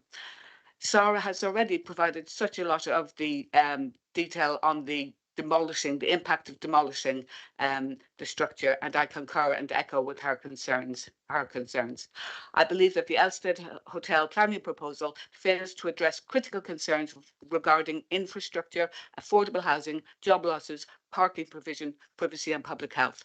I do urge the Council to prioritise the interests of our community and reject this proposal. Finally, I find it really disheartening that although councillors are often reluctant to accept planning proposals, even when there are clear well-being issues such as parking, congestion, etc., they are effectively hamstrung by current planning policy, which I believe needs to be looked at again. Thank you.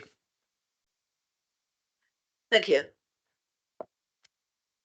So now it's over to the committee. First of all, for any questions about the what you've heard, particularly in relation to the plans, something maybe that's come up in the presentation that you weren't aware of in going through the documents. Thank you. I've just got 3 questions about maintenance. The building looks like it's rendered, which looks very pretty when it's first built, but how do we get a guarantee that it will be kept clean? Also, the gym, how will that be maintained? And how will and most of all, I'm a bit worried about the void space, which I assume is like a chimney inside the building. I can't see it at the ground level that there's any way of keeping that clean. So rubbish, if rubbish accumulates in the bottom, I can't see that there's a doorway where somebody can get in and maintain that void, the ground level of the void space. So, can you help with those queries, Mr. Coolidge? Well, it sounds like now some of those let's say issues, matters are not planning considerations, because that'll be probably down to the site management in terms of cleaning, maintenance, keeping the building in good shape, or obviously waste arrangement internally. Yeah, I think that the answer is probably those are not planning considerations. Would have thought that the void space was a planning consideration, because if you can't get access to it, it's going to get into a mess. Okay, let me just double check the plans.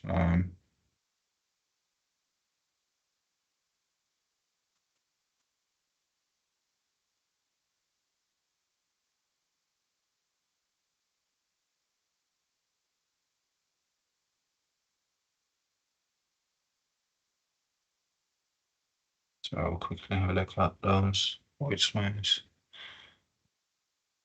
I mean, there is access to the void space as such. Let me just quickly share the presentation.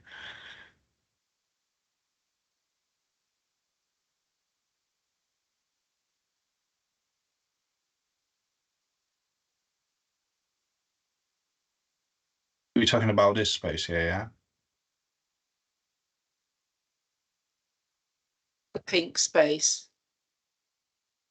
And there's 2 of them.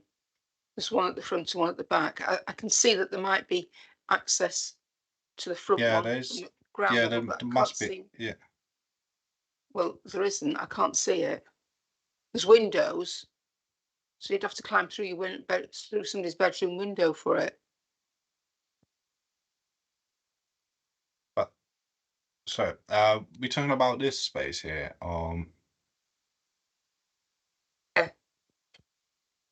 Because if you've got rubbish accumulating and detritus accumulating, eventually you'll get damp, if nothing else. But aside from the fact it will look a mess as well and start to smell.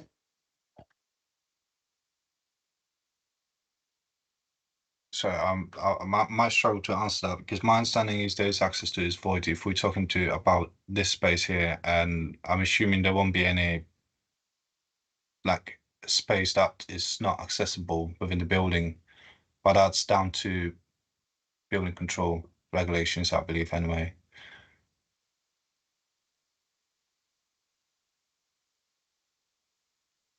Thank you. So I don't think we've got a really satisfactory answer, but I'm not sure anyone is in a position to provide it. Oh, maybe Mr. Gould can. Yeah, sorry, Chair. Caught a bit on the hoof by this one. Looking at the plans, it looks like it's a void that runs up through the building that is a light well. And I'm looking over at the gallery and I'm getting nods from the applicant because obviously some of the flats that surround that pinky space on the floor plans are in the middle of the building. So it provides light that would come down through the roof and flow down through. So it's a void, and it's essentially to allow light into the inner part of the building. And I will continue to double check, but I'm pretty certain that there's no intention to use it as a rubbish area or even to allow access to it. I think members can take comfort that that's more of a light well as opposed to a space that would be used for storage or the dumping of anything. Is it covered Thank by you. roof I also see online that I think it's our legal expert has got his hand up. So thank you. Can you throw any light? Oh, sorry, Yes. Anne, I was going to say, can you throw any light on this? Yes. Good morning, Chair. I think fundamentally, I just wanted to reiterate the point that Peter's made.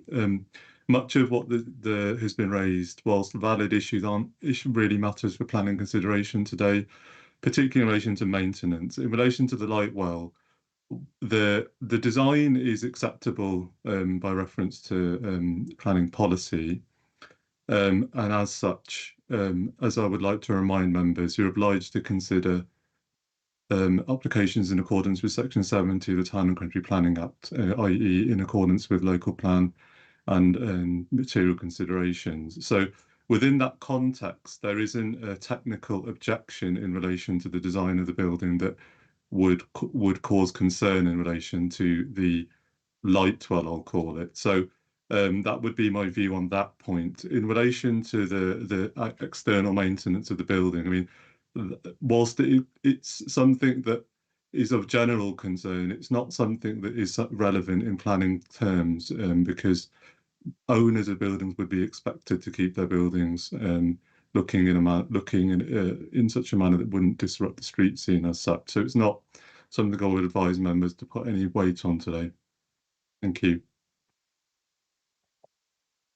Thank you. I believe Councillor Trent had a question. Yes, thank you, Chair. It's one I can't find information in the report or on the plans apart from a couple of contradictory maps regarding whether there are any trees likely to be lost through this development.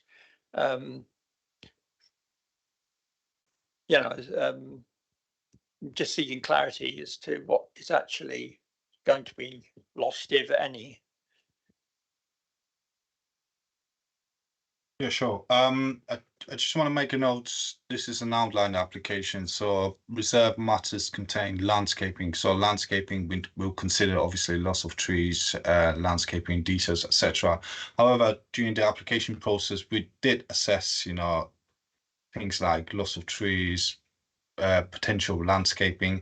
However, this was excluded from the overall assessment or condition of the scheme because the whole point of reserve matters is to focus on on such details, therefore wouldn't be able to actually condition something which hasn't been assessed yet. So, but there is a section within the report considering trees.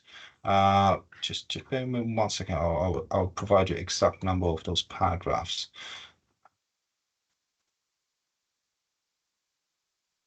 Okay, so paragraphs 82 up to 85, impact on trees.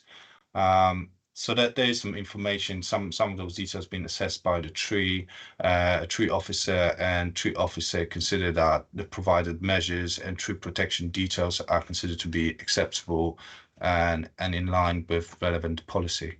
So hopefully this will answer the question. Thank you. Any further questions? Yes, Councillor. Thank you, Chair. Just a couple of questions, please. First of all, it's an undesignated asset. So are there any legal restrictions on protecting it from demolishing? And then the other question is, the police raised some comments about the need for CCTV and security to be access to the car park, etc. Can they be conditioned, or is that up to the owner? Thank you. Thank you. In terms of first, so just I'll start from the second question. I believe some of those details could be potentially conditioned because we've did that in the past. However, again, I would say it's more non-material planning consideration, and it again is up to the site management. If the applicant or site owner would decide to have, let's say, security or CCTV cameras on site, they can provide that. And also, so what was the first question? Demolishing. Yeah, the protection. Yeah, demolishing. So because the site is located within the conservation area, there is a need for planning permission to actually demolish the building. Thank you. Thank you. And again, we have Mr. Lyle wanting to come back on legal matters. Yeah, thank you, Chair. It was just to reiterate the point that Peter's just said. The building is within a conservation area, so cannot be demolished without planning consent to do so.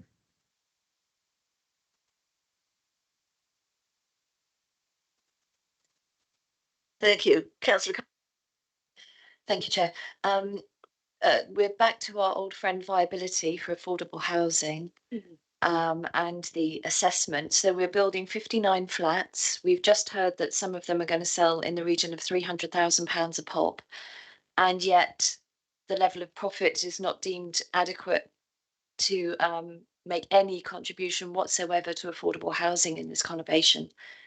It's staggering. In paragraph 124, it's discussed, and I just wondered if because the planning officer didn't mention affordable housing in his presentation. I just wonder if that could be fleshed out a little bit more, please. Yes, of course. Thank you. So there's one part of the policy is requiring for 40% affordable housing, but this is subject to providing that the scheme is viable. If the applicant is able to actually show that the scheme is not viable, therefore affordable contribution wouldn't be required. So this some details being provided. We had 2 rounds with consultation with independent district valuer who actually have done assessment in terms of viability of the scheme, and obviously assessed independently. All details provided, and obviously some figures which were provided by the developer. And the final assessment view was the scheme wouldn't be viable, therefore it's not able to actually satisfy the policy requirement to provide affordable housing. However, there was a suggestion to provide late viability review of the scheme. Normally it is provided through legal agreements, and in this case the requirement is at the 70%, I believe. At the end of the report, I'll just refer to the relevant paragraph.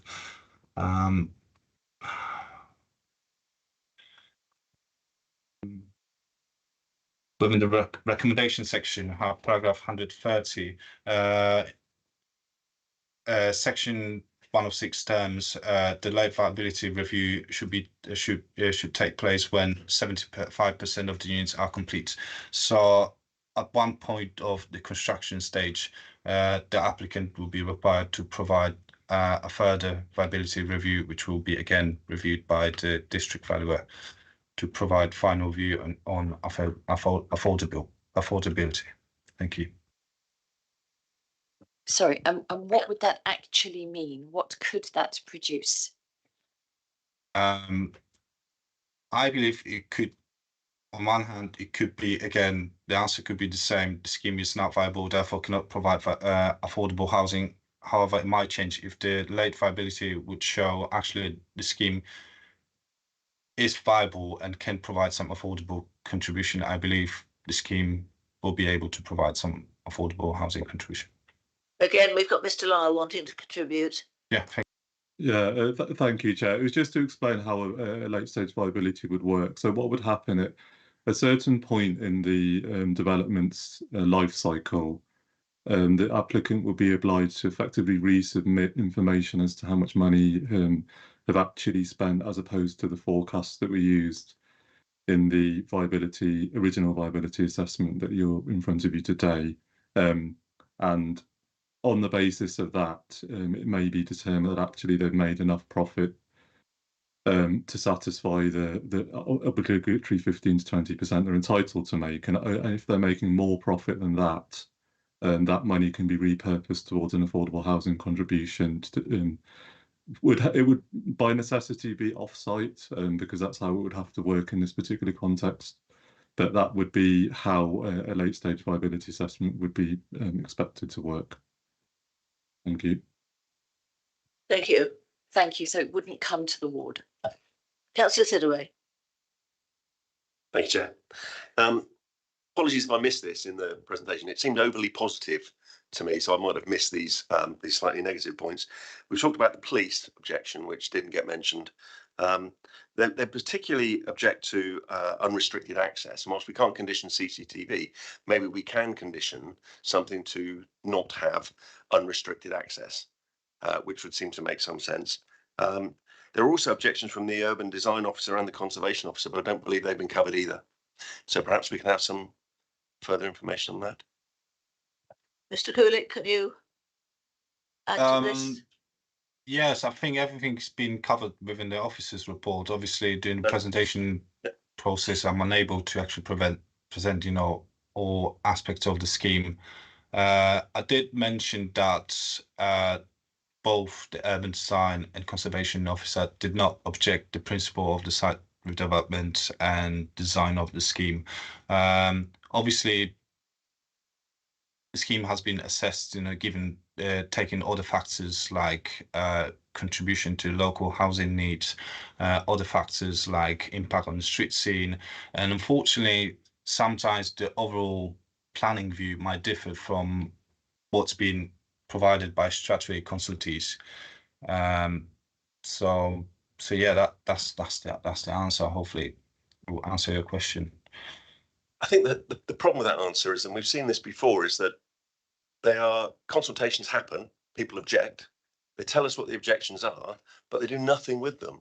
So there's no change to these plans to take into account the 3 objections that have been raised by the statutory consultees.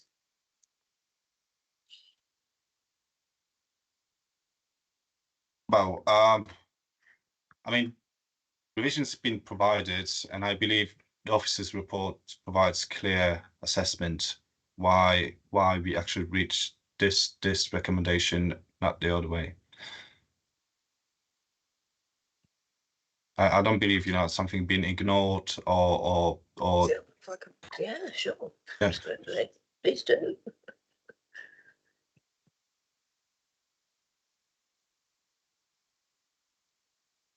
The planning development. Oh, whatever your role is. Sorry, that was very bad. Miss Lane, anyway. Thank you very much. So yes, Wendy Lane, I am the director for planning and destination. So just in relation to the concerns that have been expressed, as you've highlighted, there are concerns raised within the report. In the planning balance that that's done the recommendation, the officer considers that the benefits of the scheme outweigh the disbenefits. In relation to the specific points about conservation, the scheme was improved, although clear there is a view from that conservation area that the loss of the existing altered Victorian buildings doesn't outweigh the loss. And in relation to the comments earlier about the conservation area appraisal, this is a neutral building identified within that, so that's obviously been taken into account in the balance. Obviously it's as part of your determination whether or not you agree that the balance that the officer has made is the correct one. In relation to the police, it's a similar point. Concerns have been raised. The officer has balanced those and determined that that's acceptable.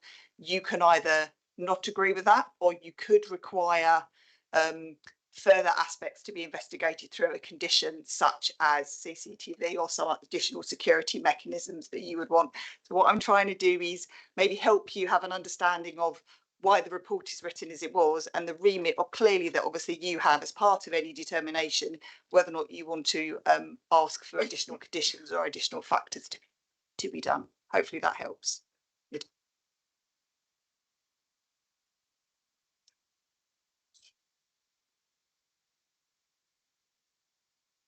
I can't hear what he's saying.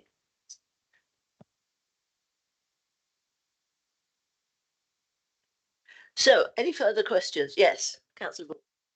Thank you, Chair. Just a quick question about the parking SPD and how this fits into that, how that meets that stipulation. Yes. Okay, so in relation to the car parking SPD, so decisions have to be made in line with the development plan unless material considerations identify otherwise. Because the SPD is hooked under a policy, it is inherently part of the development plan. So that's why the document is saying it's development, it's compliant.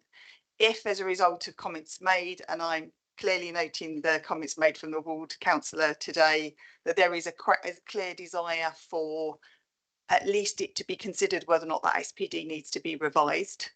That's the mechanism that needs to be done. The SPD needs to be done.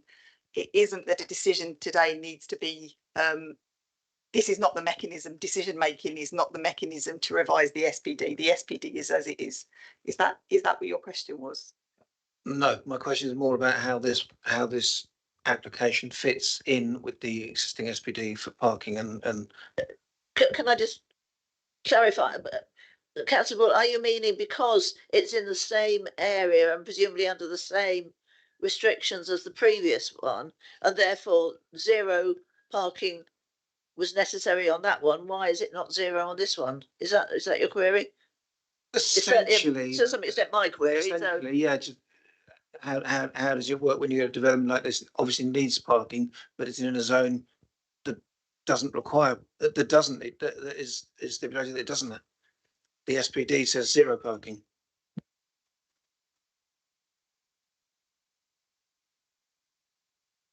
Mr. Gould? Oh, Mr. I was going to say, my understanding of the parking SPD is it's guidance. It's not an absolute zero. So if you have a site like this, if the application wants to provide some form of parking, that's something we need to consider on its merits. It's not a ban on parking. But under the SPD on the first item you considered, that would allow a development to come forward with no parking on the site. So we could have been considering a scenario with no parking, but we're considering a scenario where there is some provision of parking.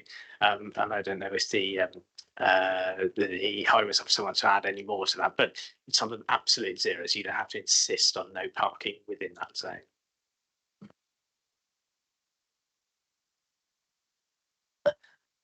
Yes, we have another officer wishing to, I think it's transportation. Yes, Chair. Alexis Edwards, Transport Development Manager. As has been mentioned here, the SPD doesn't specifically say that zero parking must be provided. It just has an optimal recommendation for various locations. In the case of the Elstead Hotel, the applicant has provided 30 extra spaces and justified why they wanted those extra spaces. So that accords with the SPD. All the spaces are the right dimensions, the transition ramps, everything is to the correct spatial dimensions. So it all is in accordance with the SPD in that regard as well. Thank you for that clarification. Thank you. Any further questions? Councillor Sidaway. Just one on the parking at the front, that I think was objected to by someone, wasn't it? I was concerned about the use of precedent of other buildings in the area that have parking at the front to justify it. Whether that's a valid justification for it, because we could also find on the previous one, for example, I'm sure we could find a block of flats very nearby that had parking spaces and use that as justification for having. So it was the use of precedent to justify it, whether that's the right way to do it. Can anyone help out on that? Yeah, Mr. Lord. Chair. Yeah, it's a valid point, Councillor. I think there in the report, Piotr does set out that there is actually, notwithstanding what may be going on in other sites nearby, there is actually a betterment compared to the existing scenario. Obviously, the existing hotel is heavily hard landscaped to its frontage, primarily for parking. So there is actually a betterment in terms of the overall reduction in hard landscaping, albeit, there still is a certain amount of hard landscaping terrain. So I wouldn't put an over reliance on the precedent, because in planning we never talk about precedents, having weight. But look at it in terms of what's there at the moment, and we're seeing that there is a betterment, albeit some people might feel that it could be better.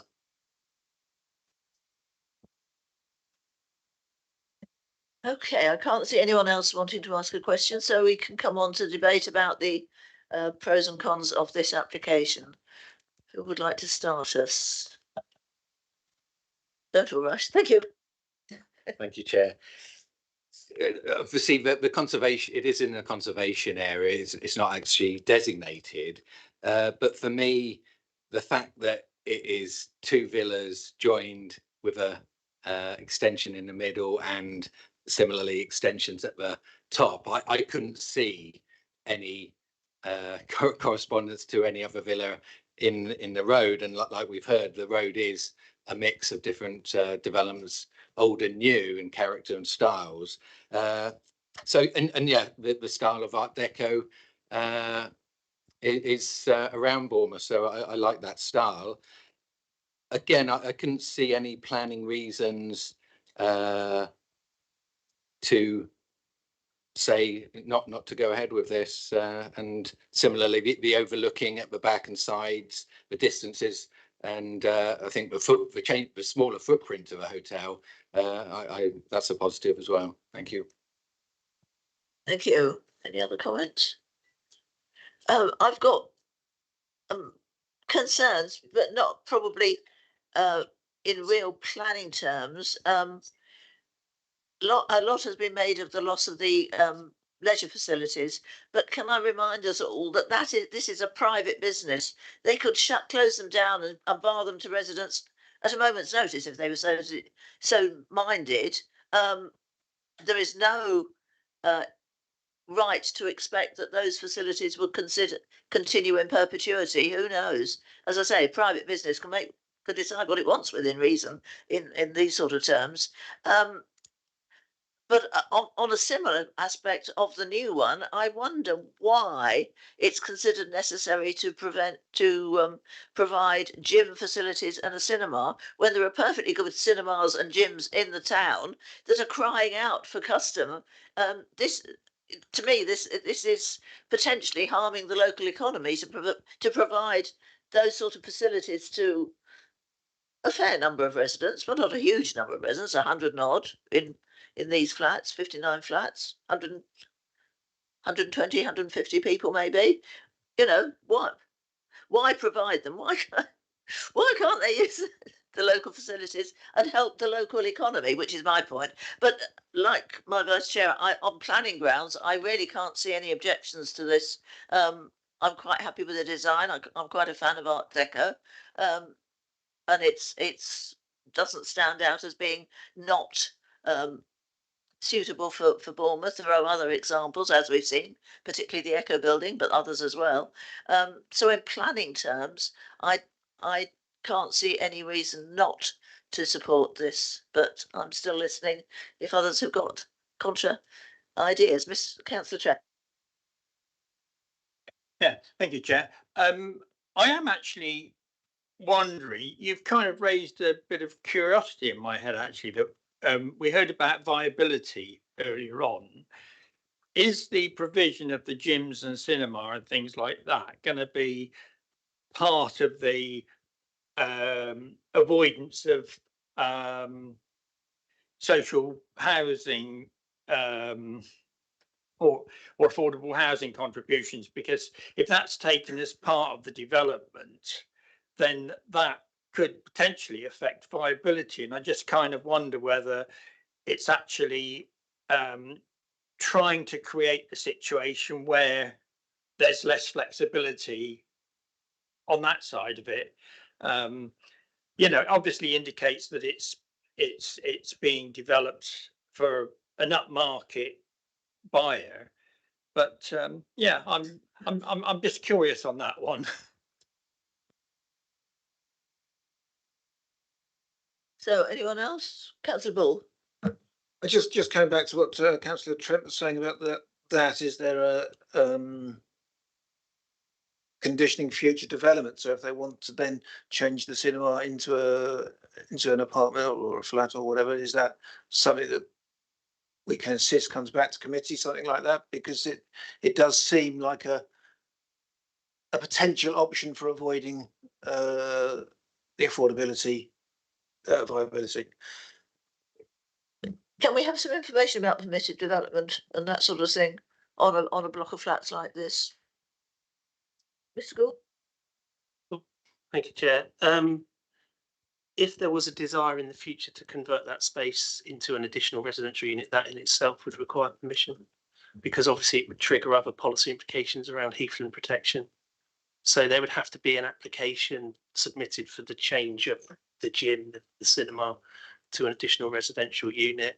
I couldn't guarantee that it would have to come back to planning committee, because obviously it would start life as being potentially delegate, and it would then be subject to the normal triggers that sit in the constitution, the scheme delegation. But in theory, if there was a desire to convert that space into an additional residential unit, that in itself would require permission. But would that, through the chair, would that,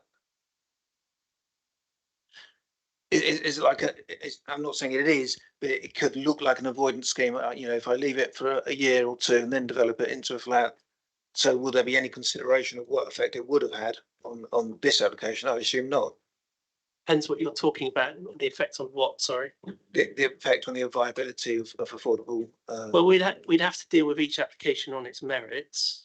So an application that may come forward in 2, 3, 4 years' time to convert a space into additional residential unit wouldn't necessarily be inherently linked back to this application. It would be looked at on its own merits, and if it was to create 1 or 2 additional units, then it wouldn't trigger affordable housing, because the national threshold is set at 10. So anything below that, like which is in part answers a question that came up on the previous application about why there was no affordable housing, because central government have set the threshold at 10. Therefore, schemes below that are just not required to provide. So any application that came forward on this site in due course as a separate application for an additional unit or units, depending on how many that was, we'd have to look at that and see whether that would engage in affordable housing policy. Thank you. Yeah, I think that answers my point totally. I mean, the issues I have with this. Can I? Mr. Lyle also wants to speak, so it's probably about this bit. So before we move on to a slightly different topic. Yeah, thank you, Chair. I just wanted to address the committee on that point in general terms. You obviously have to deal with the applications in front of you today, and we have to take that application that's in front of you today on face value. We have to judge the various elements of this application by reference to policy and material consideration. So within that context, we would have to look at what was presented to the viability external viability expert. as an application that will be built out as presented. So it's just building on Simon's point, really, that you have to do everything will be turned on its own merits, and you can't. It's not really appropriate to look at the cinema and sports club element in any other context than is if it does end up being built. I mean, this is an outline application, so what we're being asked to fundamentally is what is it appropriate for this site, which is currently a hotel, and the context of that to be changed into this mixed use of residences and other combined uses, and that's the question. And we have to treat those combined uses as if they will actually happen. And moving on to the second point, which is, yes, a change of use within the footprint of this particular application site would require a planning permission, and issues could be married up at that stage in relation to whether that's appropriate or not. Thank you. So thank you for the clarification. Councillor Bull, you had another question? It was really around the two things, really. The tower, is that just an aesthetic? Because it does make the building slightly higher, and is that necessary? I know to fit in, but it doesn't increase the bulk of the hotel. And the other thing was around the employment, the loss of 45 jobs, which I assume there's nothing that can be done to retain them because they've been through the process. I fear the hotel could shut and lose those jobs, whether or not we consent to this application, but who knows? Well, they couldn't develop it without going through the process of showing it's not viable. But yes, but the question, particularly for Mr. Kulik, is about the tower and how necessary it is. Yes, so the tower element has been agreed through numerous discussions with conservation and urban design team. So although we have this objection from heritage officer, I wouldn't say there's objection from urban design officer, because urban design officer never objected the scale, massing or design principle of the scheme. The tower element being introduced at a later stage to actually improve the overall Art Deco approach of this development. And yes, it's actually aesthetic elements of the scheme, which was introduced at a later stage. Thank you. Councillor Gillett.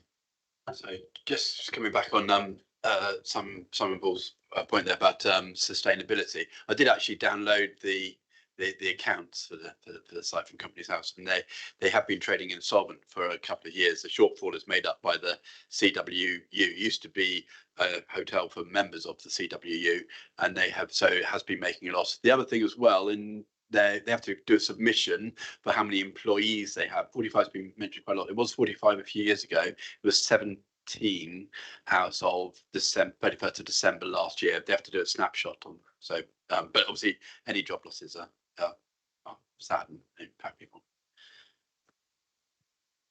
Thank you. So, is anyone ready to make a proposal? Councillor Challoner. Thank you, Chair. I would like to recommend that we accept this proposal and would vote accordingly. We have a motion to accept. Have we got a seconder? Oh, wait, no, you can't second. No, I rule you out of order. I was just going to say, Chair, at the point just before you get to the vote, if it would be beneficial to members, I'll be making a series of notes listening to the debate, and I'd be happy to just summarise a few points. But when you get there, Chair. Okay, well, let's see if we've got a seconder first. Have we got a seconder? Thank you. Councillor Hitchcock. Let's hear the points from Mr. Gould before we go on to. Yeah, thank you, Chair. And I'd say I hope this is beneficial to members before they go to the vote. But I've been listening to the debate and making a number of notes. Earlier on, when we heard deputations from ward councillors, there was talk of obviously demolition and the impact that has on the local community. There is no doubt about it that obviously if you live next door to a site which is being redeveloped, there will be inconvenience that's caused.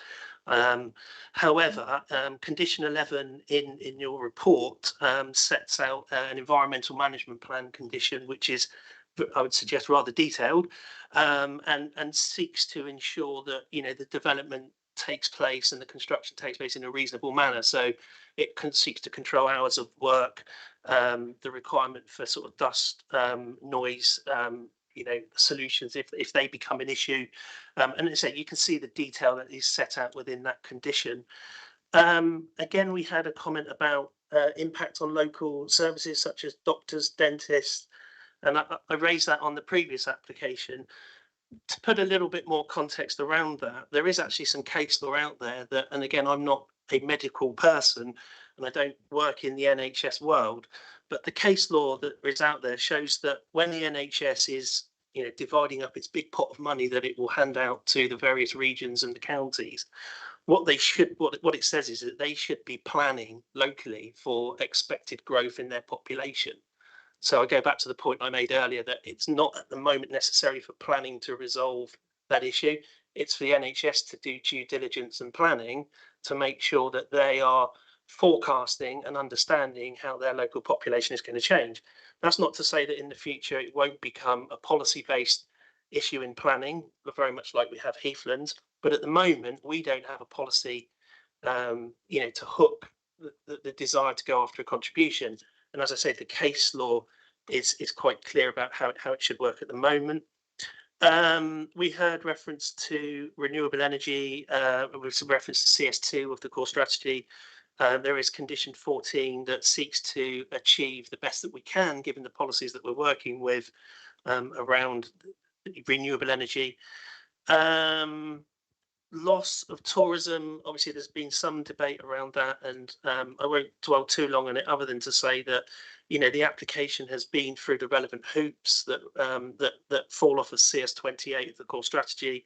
We also have the tourism SPD that sets out the requirements that an applicant is due to go through, and they've been through that, and there is support from the tourism team around the loss of the hotel and the use from that site. There was talk earlier in the context of the heritage issues associated with the application from one of the ward councillors around what additional hoops that it was felt that a scheme should go through. Talk of reusing the site, making sure that the most optimal viable use. Those actually relate to where there's an acknowledgement that the loss will lead to substantial harm to the designated heritage asset, which in this instance is the conservation area. In this instance, we're applying a different test where even from the heritage officer, there's an acknowledgement that any harm that would flow from the scheme would be less than substantial. So that is a different test. That's paragraph 208 of the NPPF. And there you're weighing that loss against benefits, and Piotr has set that out in his report.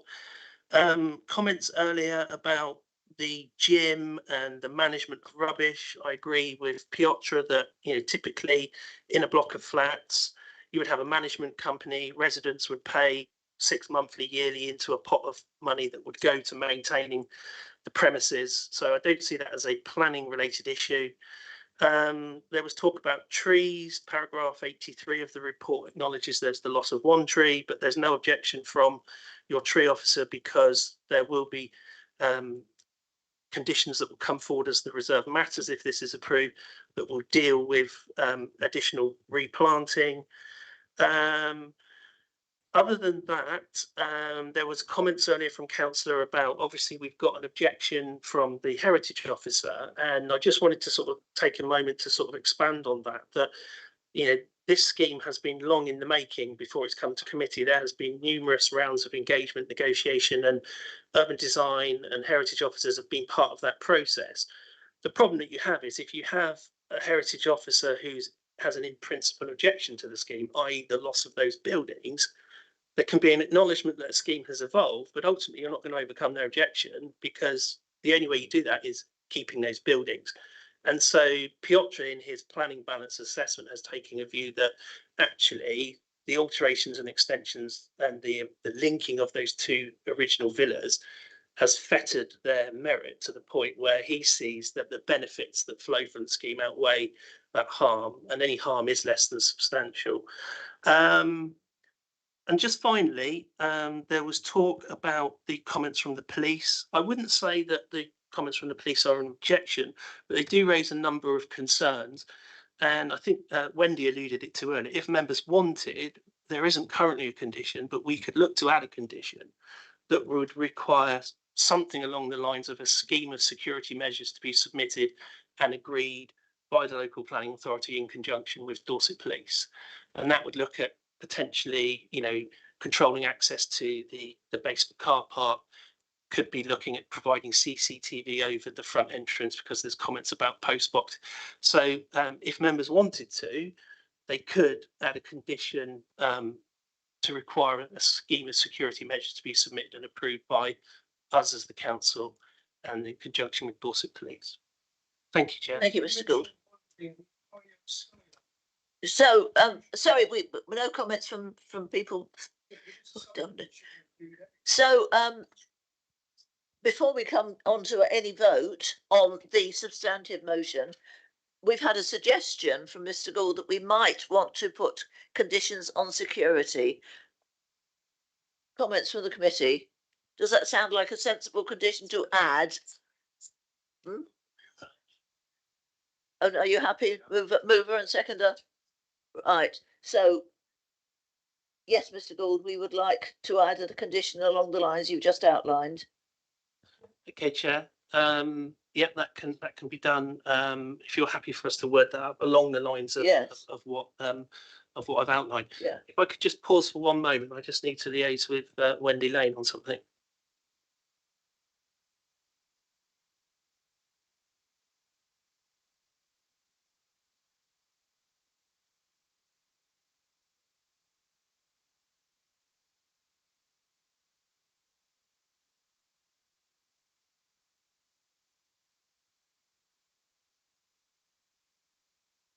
Thank you, Chair. Thanks for that pause. It's just one extra bit of housekeeping that I wanted to highlight. Condition 6 of the officer's report deals with waste management strategy. And it reads, prior to the first occupation of the development, hereby approved the waste management strategy shall be submitted to and approved in writing by the local planning authority. This shall include details of the proposed collection dates and times. And then it says brackets to be informed by other developments on West Cliff Road. I'm not certain that we necessarily have to have that wording in there. We would build up a waste management strategy plan fit for this scheme. So if members were happy, we'd probably just look to remove that wording. I think it needs to be removed because it's the wrong road. Yeah, I think no, but it says to be fair, it does say to be informed by other developments. But I don't think it's the other side of the town centre. I wouldn't think they probably have the same collection schedule. I think we would probably seek to strike that out and just have it built on what the requirements of this scheme are, Chair.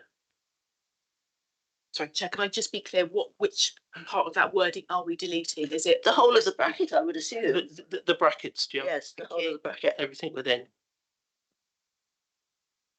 So we've now had a change to condition 6 to actually make it more sensible, I think.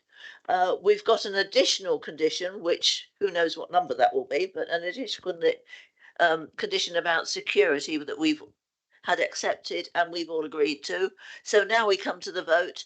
Given these changes and the extra condition, if you wish to approve this planning application, vote for. If you wish to reject it, vote against or abstain as the third option. So those wishing to approve this application for the redevelopment of the Elstead Hotel, please vote now.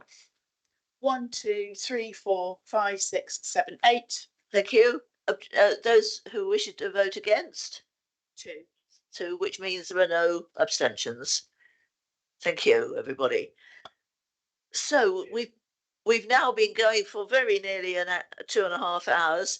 I suggest it's time for a break. Let's make it a lunch break. So a break of half an hour. Back here at 5 to 1, please. Ready for the other two items.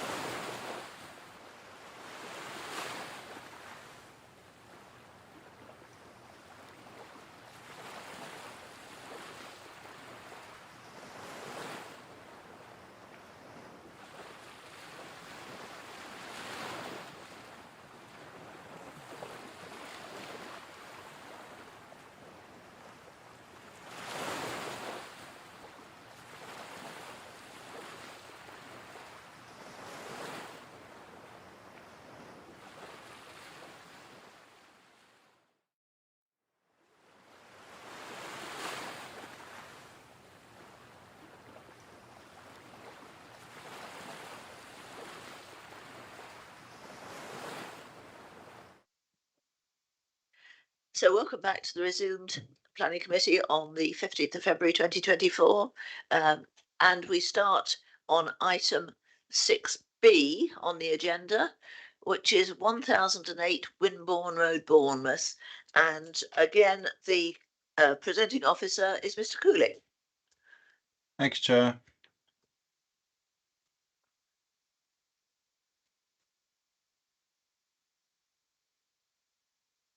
And we can see the presentation. Thank you very much. Okay, that's brilliant. Okay. Acknowledge it. Okay. So the application side is 1008 Roads. It's a former car park of a former Holly Tree hotel public house, and the proposal is for erection of a block of 8 flats with bins, cycle stores, and parking. Location, the site is located within a highly sustainable location with local amenities nearby, and as stated already, it's a former car park serving a former public house. In terms of existing sites, we've got a fallback position, which is in form of a granted permission from August 2021 for a very similar scheme, but erection of a 2-story extension to form 7 flats with bins, cycle stores, and parking. The next slide shows officers' site visits, site photos. Those photos been taken on the 20th of December 2023. As you can see, the existing site is at very advanced construction stage, and the existing building on site is this subject to granted permission. However, some additional windows and roof lights has been noted during the site visits, and those windows are actually subject of the existing application, which I will discuss later. In terms of the site layout, when we compare those two applications, which is the fallback position application granted permission, which is under construction, and what is proposed right now, the final and agreed drawings shows almost identical site layouts, which is in form of some subs of landscaping features, as well as 7 number of car parking spaces.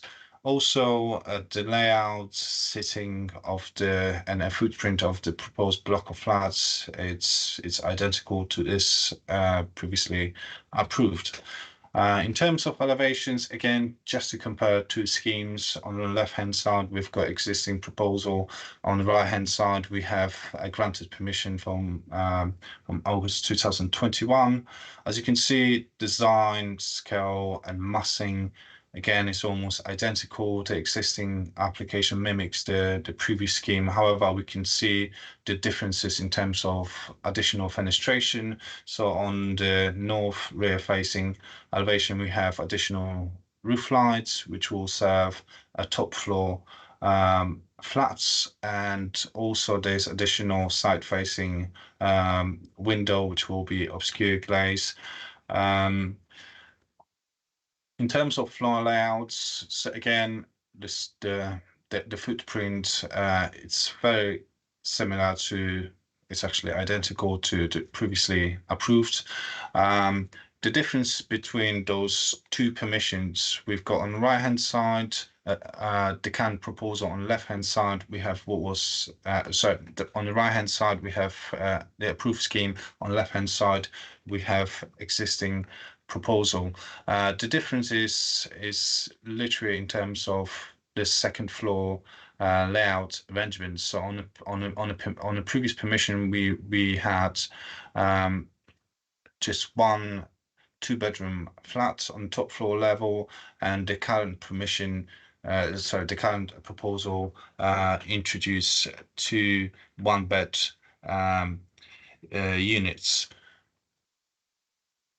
This is the street scene. So again, as shown on previous slides, the design of the front elevation is almost identical to previously approved application. Therefore, the street scene impact is considered to be acceptable. In terms of the proposed units, some of the proposed units will be below the national minimum space standards. However, those units below the national minimum space standards relate to flats on ground and first floor. So we've got apartment number 2, apartment number 5. So those units are both on ground floor level, and also apartment 1 and 2 on ground floor level, and apartment 5 on first floor level. However, those flats already been granted under previous permission, which is considered a legitimate fallback position. Therefore, there's no planning mechanism actually to stop the applicant or developer to actually build those flats, because the current proposal strictly relates to differences on the top floor level, which is the second floor level, and the second floor level flats are apartments 7 and 8, which are both in line with the minimum space standards. Just to summarize the scheme, the application is located within a highly sustainable location. There's a existing fallback position in form of granted permission, which is under construction right now. In terms of introducing the additional flats on site, it's been shown within the officer's report that the living standards won't be affected when comparing to the previous permission. Actually, the scheme will be in line with correct living standards for those 2 introduced new flats on site. Also, in terms of the impact on neighbouring properties, as we can see within the officer's report, by introducing conditions restricting obscure glazing or high-level windows, impact on neighbouring properties will be considered to be acceptable. And in terms of highway safety and on-site parking provision, again, we consulted local highway authority officer, summarised the scheme to be acceptable, and the parking provision, although it's not required on site, the 7 number of parking spaces, same as on the granted permission, are considered to be acceptable. Therefore, recommendation is planning approval. Thank you. Thank you. We again have several speakers. We have a written statement first from Peter Traves in objection. The reason for this retrospective planning application is because the construction on site has not been implemented in accordance with the approved plans. The Planning Permission 7-2020-3141-AB is reported as a legitimate fallback position, and that the applicant could still complete the permission. That is correct, but only if the council takes measures to ensure that is the case. Paragraph 41 of the report states that the council would not have an alternative planning mechanism to stop construction works on site. I request that the Planning Committee challenges that advice. BCP Officers Report for 20/2020/3141/AB discussed the impact on character and appearance of the area. In quotes, the proposed building is designed in a traditional style with a pronounced arts and crafts influence. The distinctive central doorway would be visually connected with the window and gable above. The design picks up character features of the neighbouring former Holly Tree Hotel. End of quotes. There is no similar detailed consideration of the impact on the character and appearance of the area in the committee report for this proposal.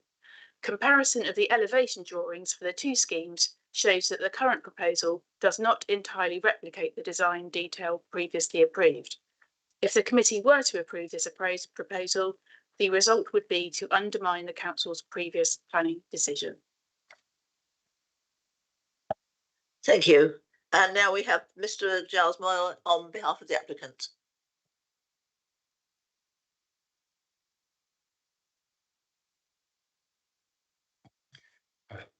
Chairman and members, thank you for the opportunity to speak in support of the applicant, Price Properties. We are pleased to see the application has been recommended for approval, and we hope that you're able to support this recommendation. It's important to highlight that the site already benefits from planning permission for 7 flats, and as such, the principal consideration before you relates to the additional flat that is now proposed. The additional flat is created by subdividing the previously approved single flat within the upper floor of the new building to form 2 flats. In this respect, there is clear benefit arising from providing an additional much needed home in a sustainable location. We know that the reason for the application being referred to committee is due to the local councillor concern regarding the potential for overdevelopment and impacts upon local infrastructure, overlooking of other properties and the number of bedrooms within the site. The net increase of the proposal is only a single flat, which in itself will have no significant impact upon local infrastructure, but as I say, will provide a much needed home for a local resident. The impact in terms of increased density is negligible and does not give rise to any material harm or policy conflict. In terms of overlooking, the only notable changes from the approved scheme include the provision of high-level roof lights in the rear roof slope and the side gable window. The position of the roof lights are such that they simply not have any significant impact upon privacy, but will improve natural light into the upper floor flats. The side gable window is a secondary window which the submitted plans indicate as being obscurely glazed, and as such will not have any impact in terms of overlooking or loss of privacy. The proposal results in the creation of 2 one-bedroom flats at the upper floor in place of the approved single 2-bedroom flats. Thus, the total number of bedrooms provided within the building does not change. As you will have seen, your officer report advises that for the council to refuse this development, the benefits, the provision of new homes must be significantly and demonstrably outweighed by the adverse impacts of the policies in the MPPF and your local plan. For the reasons set out above and as set out in the officer report, we would respectfully suggest that there are no clear reasons which would enable refusal of this application. We would highlight the applicant has worked to address the initial concerns identified by the planning officer, and by the submission of amended plans and details, we consider that the scheme is now acceptable in all respects. I trust you're able to support your officer's recommendation and approve the application. Thank you. Thank you, Mr. Moore. And the last speaker is the ward councillor, Councillor Joe Salmon. Yep, thank you, Chair. Sorry I can't be there in person today. So it's just a real need for some common sense when it comes to this application. It's been a long-running saga in my ward, which really should have concluded when the previous permission was granted. We've got a situation where shortcomings in our country's current planning law and our own outdated local plans being exploited here by the developer. And I'd really ask the committee to take quite a dim view of this type of application, where the developer is knowingly deviated from the original agreed plans when they're constructing the property, taking a better to ask for forgiveness rather than for permission approach, which I really don't think we should encourage at all. In terms of reasons to refuse the application, so I'm surprised that the local highways authority hasn't raised an objection. Wimborne Road is what you would call a district distributor road. We shouldn't be seeing any applications approved that increase the traffic flow onto these roads. So while this is the exact name of same number of parking spaces as in the approved application, it is for an extra flat and more beds. Anybody who's living in a 1 or 2 bedroom flat is almost certainly going to be working and will have a car. That car needs to go somewhere. One of the most common complaints from people in our ward is, if they live on Wimborne Road, is that they're parked in or they can't find parking space. And that should have really been picked up in this application. In terms of overlooking the neighbouring properties, I think this is a real looking to simply wear down the committee and wear down the officers in constantly going, oh no, now we're going to do this. Now we're going to try this slightly different. I think the residents really demonstrated why this type of design wasn't acceptable when the original application went through. And I think they've simply been exhausted into not being able to fight against this application as hard as they did previously. Again, I would say the overlooking of the neighbouring properties is another reason for refusal. Finally, waste provision. Again, this is where committee needs to take a common sense approach. There is a requirement for only 1 bin outside for the flats waste. I mean, that's not going to be sufficient. There's only, I'm sure it is only 1 single bin store, and you think that's a 12-bedroom complex of flats. Again, on Wimborne Road, I mean, that waste collection is going to be a nightmare. We're one of the most congested cities in the country. Yeah, this application simply should be refused. It's, in my mind, quite spurious. There was an application approved that was perfectly sensible, reasonable, and thought out, and the developer is pushing their luck, trying to squeeze in an extra flat and an extra couple of bedrooms. And yeah, it's as plain as that. I probably have used up my 2 minutes there, and it's quite plain, so I'm not going to speak anymore. I'll leave you guys to debate, and I hope you make the right call and reject this one. Thank you, Councillor Salmon. The issue's been raised a couple of times now that the building, as it is under construction, is not in line with the original planning permission. So, Mr. Kulik, can you explain? I realise the application with the roof lights is a difference, but what in the current standing, almost finished, it seems, construction is different from what was approved? Yeah, sure. So we got roof lights at the back, and also there's additional second floor side facing window shown as obscure glaze on the submitted plans. And in terms of design differences, we can always condition external facing materials, but just by looking at those submitted plans, I wouldn't say there are any significant changes in terms of design, shape of the building, or details. I probably have left this far too late to ask, but have you got a representation of what was agreed originally to compare with what's there now? That's what's under construction visually. I mean, I'm not talking about ground plans or anything like that. Yes. I mean, I was shown on my presentation, so maybe I will show the screen again. So as you can see, so those are elevation plans. So this is proposed, this is what was granted, right?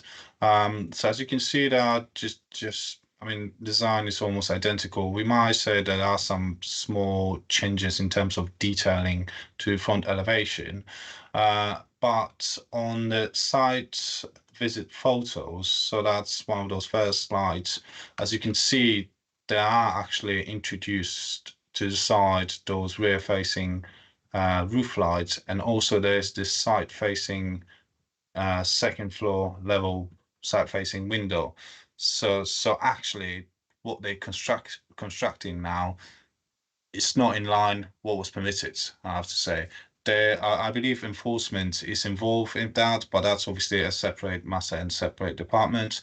And as far as I'm considered, I'm not an enforcement officer.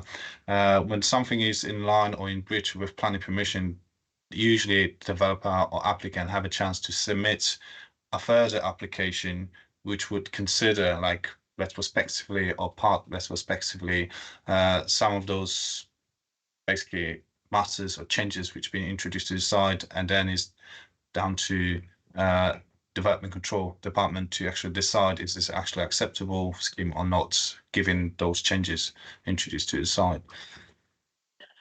Thank you. I realise that all you've said about the lights and the side window, but the claim is that the appearance of the front elevation is not what was agreed, and I'm struggling to find out whether that is the case or what the difference is, if there is a difference.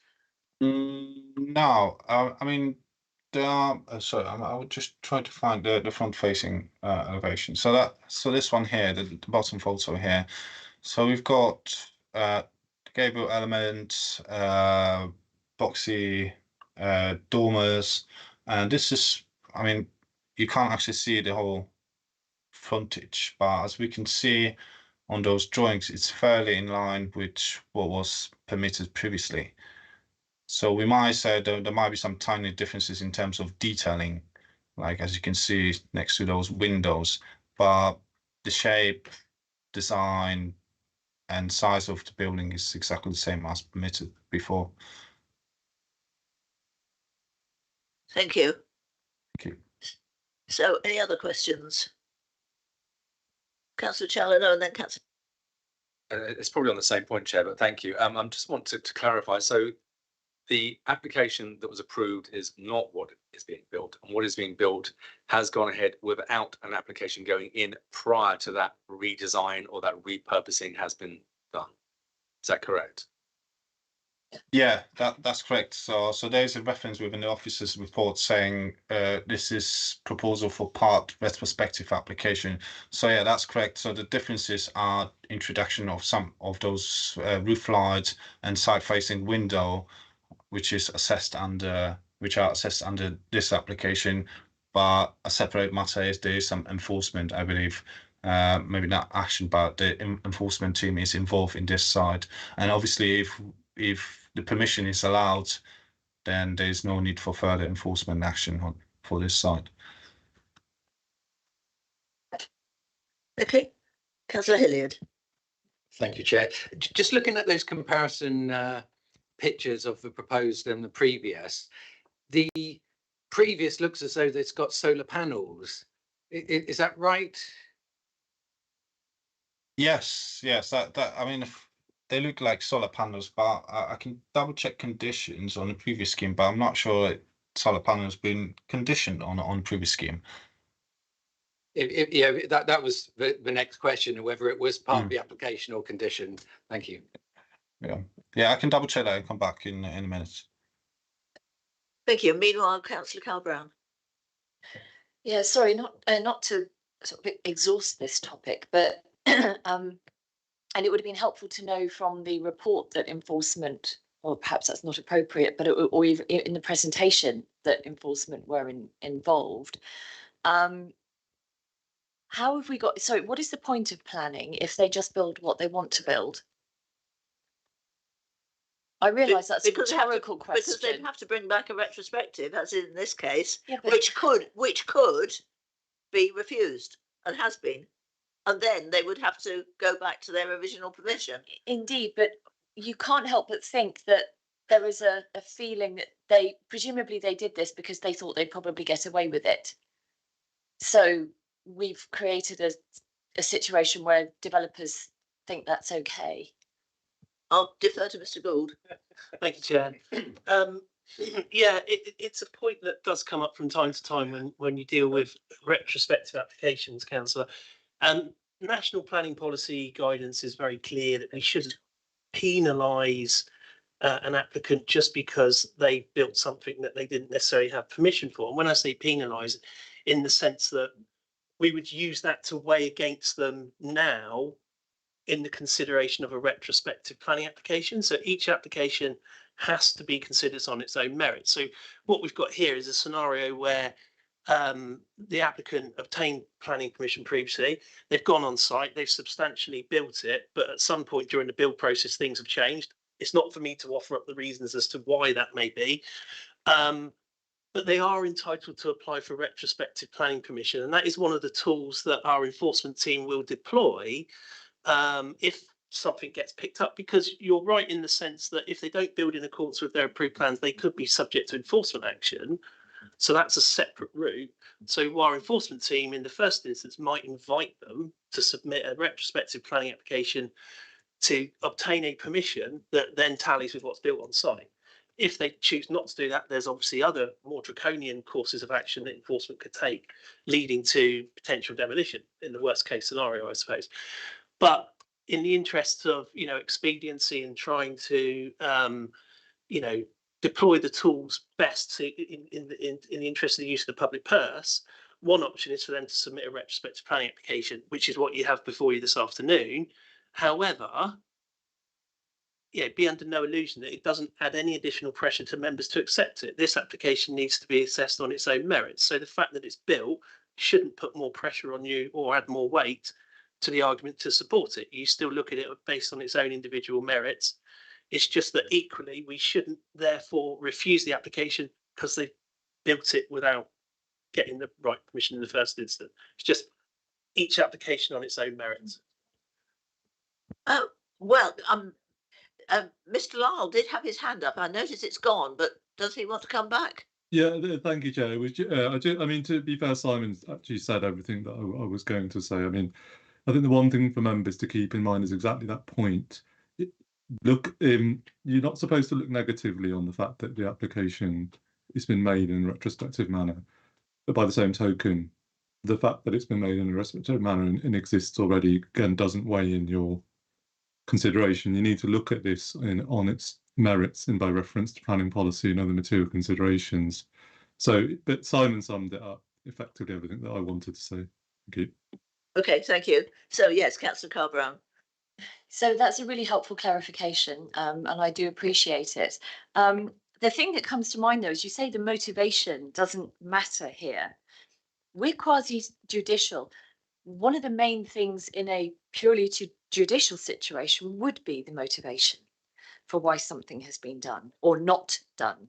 And so I think I don't know whether we can somehow make, I would want to know, actually. I would want to know what the genesis of the change was, the stage at which it was changed, because I think it is relevant.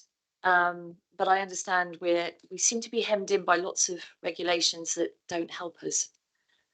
Again, Mr. Lawyer. Yeah, sorry. I mean, sorry, Chair. Sorry, got my words muddled up between lawyer and Lyle, and it came out all wrong. I think the key point is, I mean, Councillor's correct in that we are hemmed in to a certain degree by the criteria and the framework of the decision making here. So, explain it in this way: you're obliged to consider under Section 70 of the Town and Country Planning Act, you have to consider the local plan and material considerations when determining an application. The NPPF is a material consideration, and the NPPF says that you shouldn't be looking negatively upon the fact that an application is made retrospectively. So that's the origin of why within this framework that we're not really supposed to be looking at how we've ended up where we are. If, for example, if you were to determine that the application doesn't accord with the planning policy, then it would just go back to enforcement to take a view on what appropriate enforcement action may or may not be appropriate in the circumstances. But this committee's remit is basically looking at this by reference to policy and determining whether it is acceptable on its own merits. Thank you. Thank you. Councillor Gillett.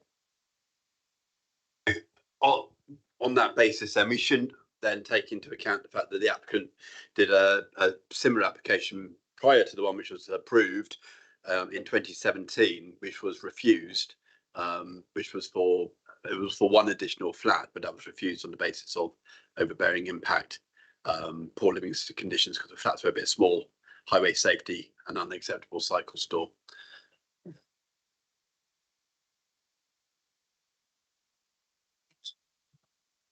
Can someone respond on that one? Chair. Thank you. Yeah, no, I'm happy to.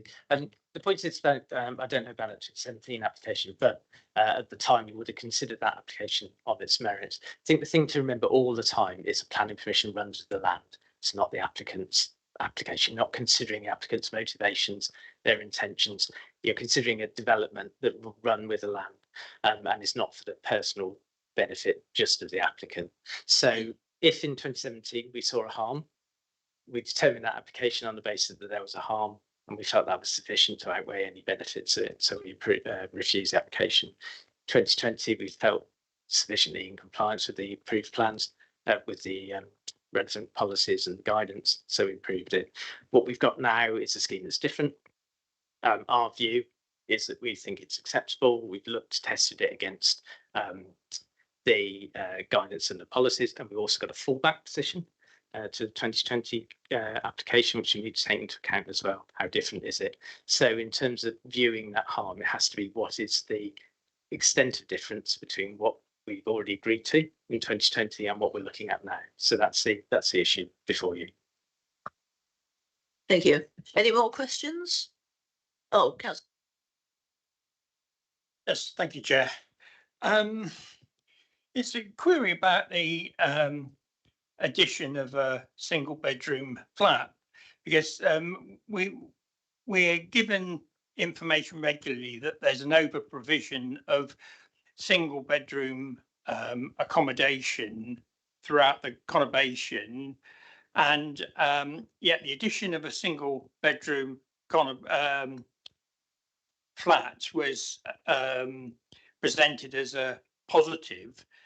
And I'm wondering whether surely that is more than outweighed by we would be actually having 2 single bedroom units of accommodation instead of 1 2-bedroom unit of accommodation. I've probably got the figures wrong there, but we're losing 2-bedroom units of accommodation.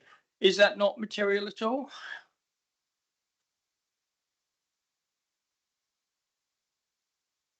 I'm happy, or maybe I'll try to answer that, because we recently had the same conversation with our solicitor. I think that the point is we shouldn't treat the 1-bedroom unit as something negative, because there is no, unfortunately, we don't have any specific policy saying we need this sort of accommodation or we need this sort of accommodation. You know, all sort of needs, housing needs, basically changes every year, and we've got separate assessments within the local authority, and I think that the main point is there is a lack of a 5-year housing supply within the local authority. On this side, we're talking about changing the floor layout internally. So obviously there is a demand or sort of like requirement for bigger houses, bigger units. Probably wouldn't be able to fit a house on this side. We're just basically changing something internally, and to have additional flat within a sustainable location, it's still acceptable, and there's still demand for this sort of units, especially given the broader picture of this site. So hopefully this will answer the question. And just going back on those PV panels, there was approved. I mean, there wasn't any specific condition saying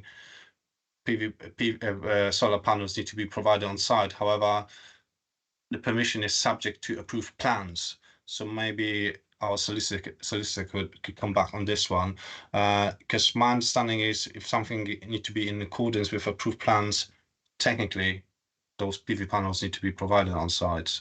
And this obviously hasn't been shown on the latest application. Thank you. Thank you. Any further questions? I mean, I did hear that question. Thank you, Chair.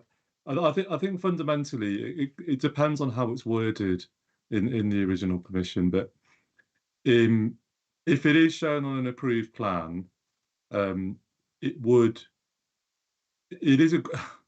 it's a grey area. But yes, you could in theory insist on the solar panels. Whether you'd actually be successful, I'm not sure, because the application description itself doesn't refer to the application including solar panels. So it's kind of a roundabout situation where I can't really judge without looking at all of the documents together, and then kind of taking a view on those documents in context. But in theory, it's not impossible to say that something shown on an approved plan is something that we would expect to see forming part of the development. But I would caution against taking a very, very firm view on that without doing a specific assessment of the application we're talking about. Thank you, Chair. Thank you. I'm just looking at the conditions on this application, and there's nothing about energy or energy saving. Usually there's a condition about, say, 10% of less, I can't remember the exact wording, but the 10% reduction in energy use.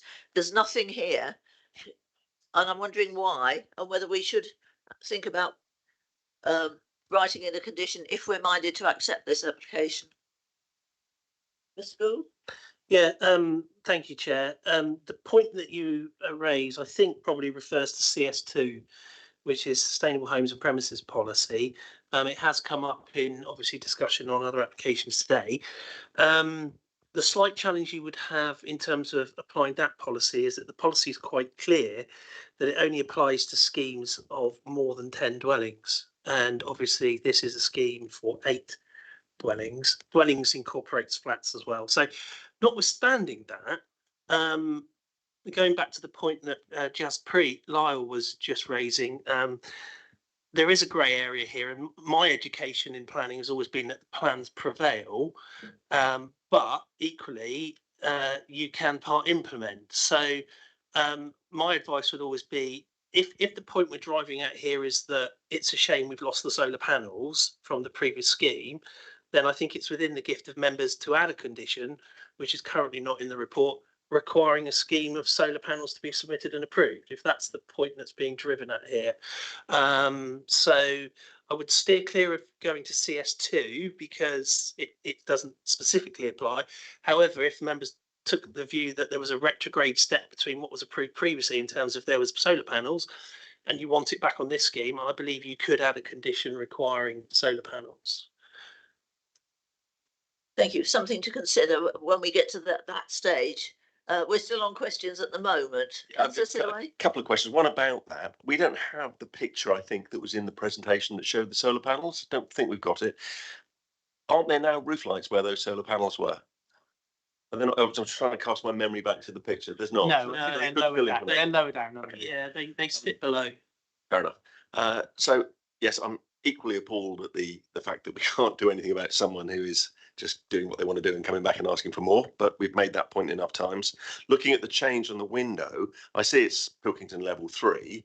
I wonder what's in the window now because it's been built. And what's to stop them taking it out? Because it's in a living room, and it occurs to me if that was a wall, that room would be very dark because of the construction, the way that room is laid out, because there's only a window tucked around a corner. And if they felt there wasn't enough light, there's probably not much to stop them taking that out. And so I'd like to understand how we get on top of that. Yeah. Thank you, Chair. In the report, there's a number of conditions. I think there's about 4 that relate to the requirement to obscure glaze various windows in various elevations. But what you should see is there's consistent wording that says that those obscure glaze windows shall be permanently retained, as such thereafter. So if somebody put the window in 6 months later for the scenario that you outlined, decided, let's just swap that out, that could become subject to enforcement action. So if a neighbour spotted that and suddenly felt that they were being overlooked, they could raise that through the complaints enforcement process. And then obviously we would look at that as a potential enforcement matter. Okay, appreciate that. That's helpful. I have a similar one in my ward, which is what's making me ask the question, that I don't think it's been enforced in the way that perhaps if it had come to us as an application, we might have viewed it. So that's my question, why I'm questioning it. But I guess it's down to the person who's being overlooked to make the complaint strong enough, isn't it? Yeah, obviously I think we should stick to the application before us for the purposes of this. And, as the planning team would always be happy to speak to, members, anyone about any other potential planning breaches away from this meeting. The reality is that in terms of enforcement, we have to invariably be reactive as opposed to preactive. We simply wouldn't have the resource to go permanently around the conurbation, looking at every single development that's being built to make sure that every I was dotted and every T was crossed. So invariably, we do rely, and I suppose if something impacts on you personally, and you can see that it's not in accordance with its planning approval, then there is a mechanism, a vehicle for you to raise that through our enforcement team. Okay, I think we're ready to debate the issue now. Anyone wanting to start? Oh, I was just going to say, if there isn't anyone, I'll do it, but you. Thank you, Chair. As we've seen from those 2 comparison documents, drawings, there is no change to the actual size of the building. It is just those additional side window, which is going to be obscured, and its high level windows at the back, which I don't see would create any overlooking. So I can't see there is any material reason not to refuse this. I agree. The footprint's the same. Despite what we've heard from objectors, there doesn't seem to be much substantiation for the design being the visual frontage or whatever design being different. It doesn't in fact add another bedroom. It just means a 2-bed flat is now 2 1-bed flats. So in terms of number of occupants, it could be exactly the same. like so many of us, I think we get too many one-bed flats, but again, until the new local plan comes out, which hopefully will deal with that, at the moment, we have to accept what is presented to us. And on planning terms, I can't see any reason not to accept this. So I'm happy to preempt and propose we do accept this one. Is anyone willing to second? Oh, yes, and I would add the condition about the panels. Yeah. Thank you, John. Any debate, or shall we move straight to the vote? Let's move straight to the vote. Oh, I just wanted to pick up on a point that Councillor Salmon raised about the waste provision and the one bin. I know we can't unwind what has been approved, but does the addition of another flat give us the opportunity to try and make sure that that bin provision is sufficient? my memory is there's something in the conditions about waste, and I'm just going back to see if I can find what it says. Oh, refuse bin store. Conditions 10 and 11 refer to waste, refuse.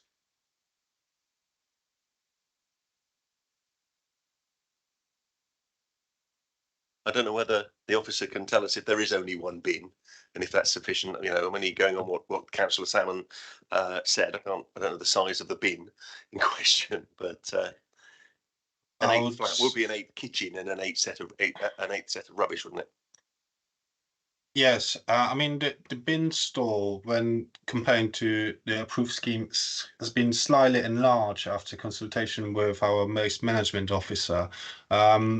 So I believe the size of the bin store is in line with our local requirements, and obviously that there will be bin collection related conditions added to this permission. But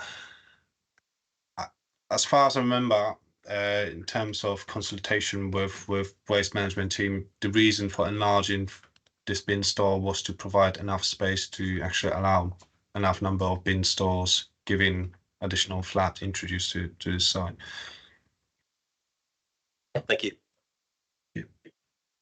Excellent. Councillor Martin.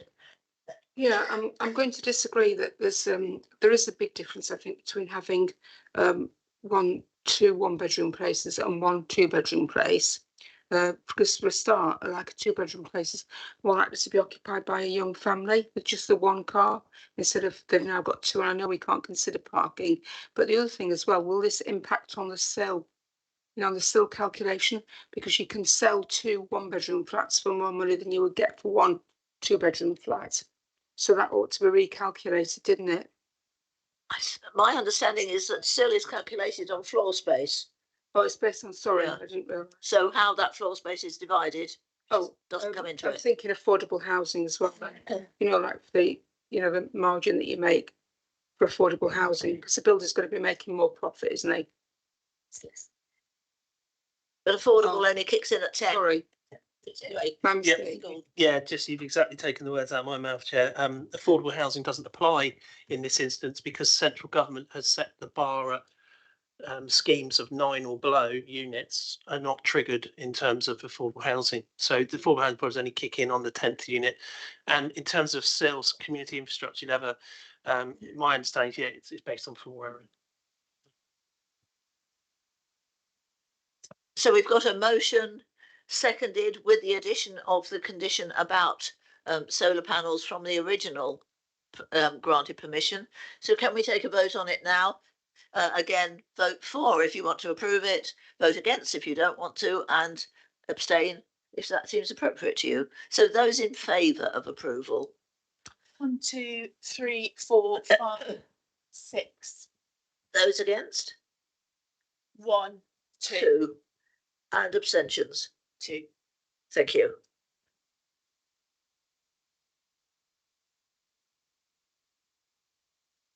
So that that application is now approved. So we move on to the last application before us today, which is 6D, 19A Roselle Road Pool. And this will be introduced by the presenting officer, Miss Millie Rose. Yes, hi. Thank you, Chair. Afternoon, everyone. Let me just share my screen.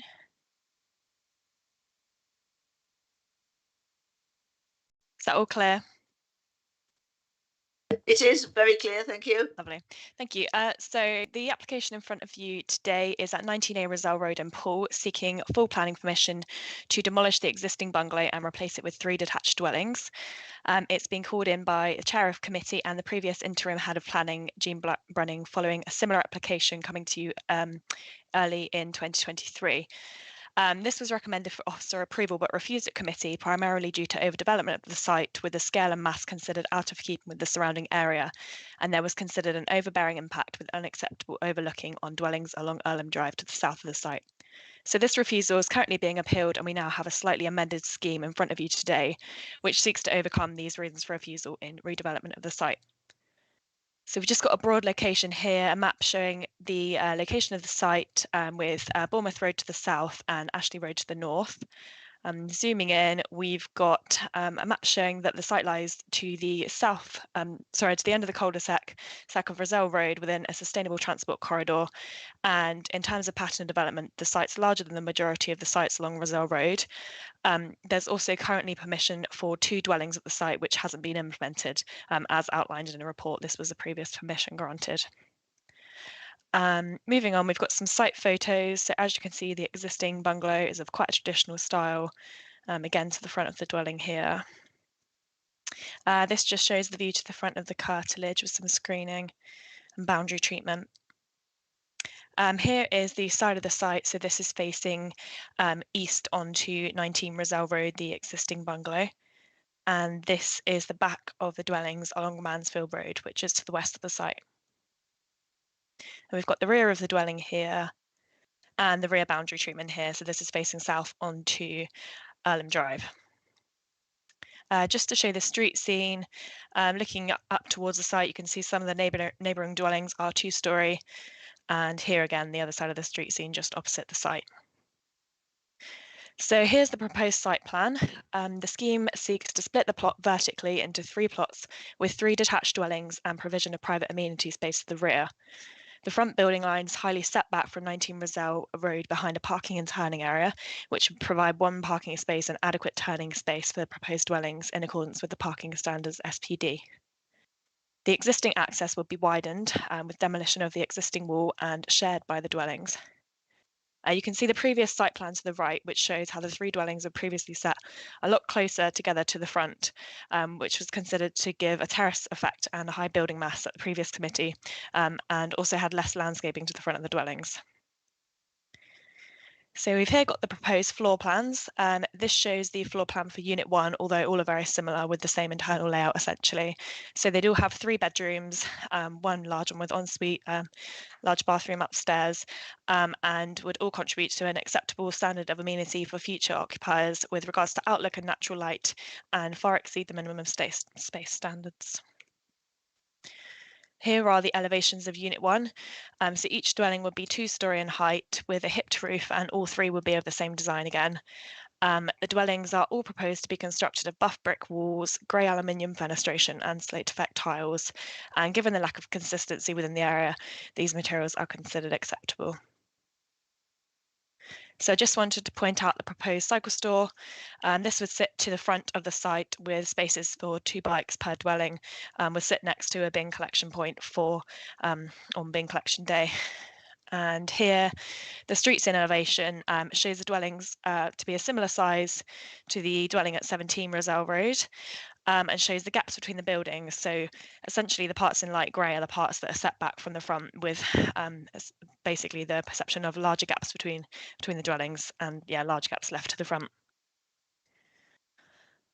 So I just wanted to set out in a bit more detail the differences between this scheme and the previous refusal for 3 units in more detail. So the previous scheme was refused on 4 grounds. The first one being overdevelopment of the site with the dwellings sited closer together. So as mentioned, the application now proposes to create gaps between the proposed buildings, with this part essentially being removed, so to create like a side access. This would help to avoid a terrace-like impact, which was a concern previously. And we've also got amendments to the roof forms. So the fronts of the dwellings were previously had gable ends, and they've sort of been set down with hip roof forms, so they're less prominent within the site. We've also got more landscaping to the front gardens. They previously appeared more like parking courtyard, but the landscaping has been slightly increased. Secondly, the previous application was refused on the grounds of amenity, but the current scheme has been amended with the internal arrangement revised. So we've now only got 1 bedroom and an obscure glazed bathroom window facing out to the rear, versus 2 bedrooms on the previous application. So yeah, that's a change as well, with 50% less outlook from the rear. And the other 2 refusal reasons related to contributions and payments not being made, which would have impacted on Poole Harbour and Heathlands. But an agreement is in place for this application, and the payments have been made up front. So we've overcome those reasons. I just wanted to highlight some measurements and the proposed layout, because, as I mentioned, it's changed from the previous submission. So there's 12 metres between the front of the dwellings and the side and the front of the dwelling of 21 Roselle Road to the north.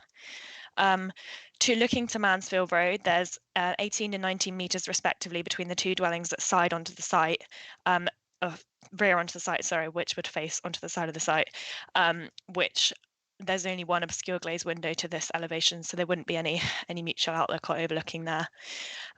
Looking at the rear, there would be let's go to the east. There will be 3 metres, 2 to 3 metres between the side of 19 Roselle Road, and there are no main windows serving habitable rooms looking out onto this elevation. And then to the rear, there's 7 metres from the rear wall to the edge of the plot to the south, but 15 metres, 14 to 15 metres, and a large tree between the windows on this dwelling and the proposed rear of the dwelling. And 24 metres between the other rear of the dwelling along Earlham Drive. And just to note also, looking at the rear of the dwellings along Earlham Drive, there aren't any windows directly to the south of the site in close proximity, because these dwellings at Earlham Road have been designed essentially with outlook to the side to account for the bungalows that were already here. There's 1 window which I believe does serve a bedroom, but this isn't actually directly adjacent to the site, so that would reduce any direct overlooking. So in accordance with PP 37, a condition to ensure details of the measures that are to be implemented to achieve 10% of the energy needs through renewable resources is proposed, and a condition to ensure biodiversity enhancements in accordance with PP 33 is also proposed. I just wanted to note that a condition was missed off the report, which would ensure the obscure glazing of the bathroom windows to the rear of a minimum obscurity level of 3 to protect the amenity of future occupants and neighbours, and that would be added into any approved list of conditions. So just to sum up, the proposal provides a net increase of 2 dwellings within a sustainable area. The scheme is considered to be policy compliant, and BCP Highways Authority have no objections. All representations have been taken into account. However, having recognised the collective benefits and the tilted balance approach, it's considered the scheme would comply with policy and therefore is recommended for approval. Thank you. Thank you. Thank you, Ms. Rose. We have no speakers in objection, but we have a speaker on behalf of the applicant, so I ask her to come to the microphone now, please.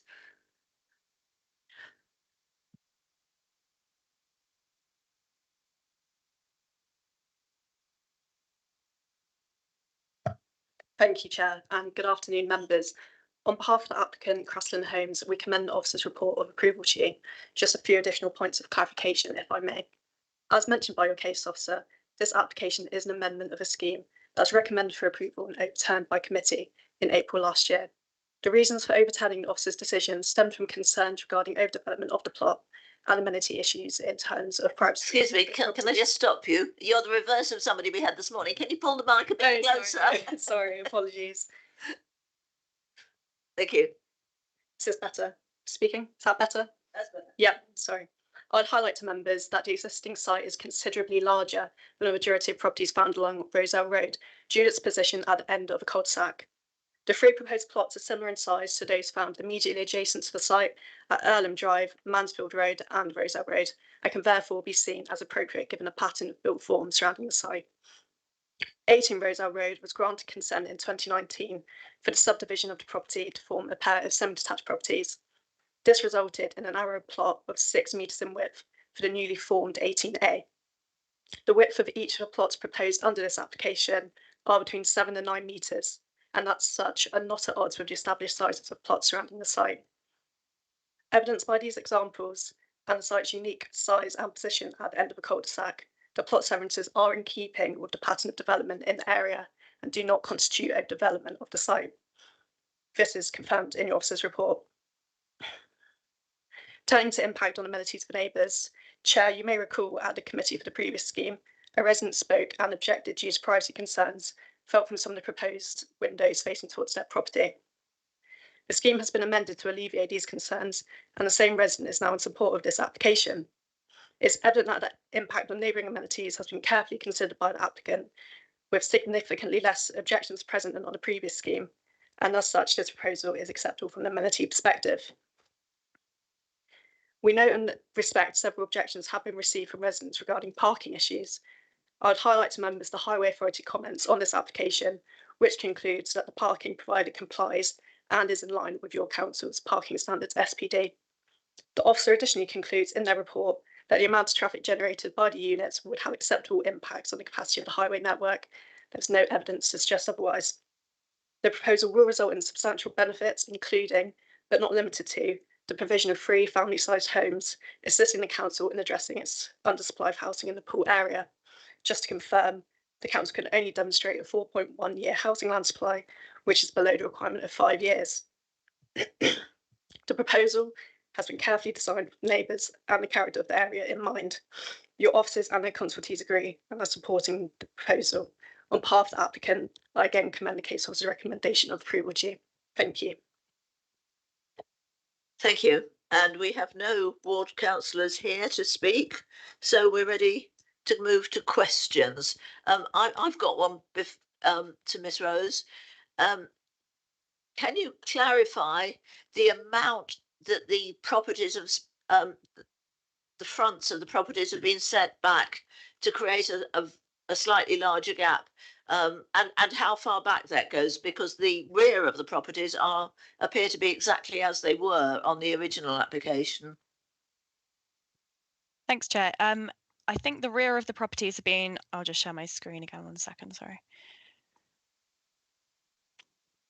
So we can see, if I just zoom in, when you can see it, to the site plan, which has got outlines also of, so in light blue, the existing dwelling, the 2 approved dwellings in purple, and in darker blue purple, the previous refused scheme for 3 dwellings. So I believe that there's around 1 to 2 meters. Basically, the dwellings come out 1 to 2 meters further at the back, and I believe this is around 4 meters, around 3 to 4 meters. They've essentially have taken out a section from the front. So I guess from the perspective of looking from the street scene, that element wouldn't be immediately visible, so it would create the perception of gaps.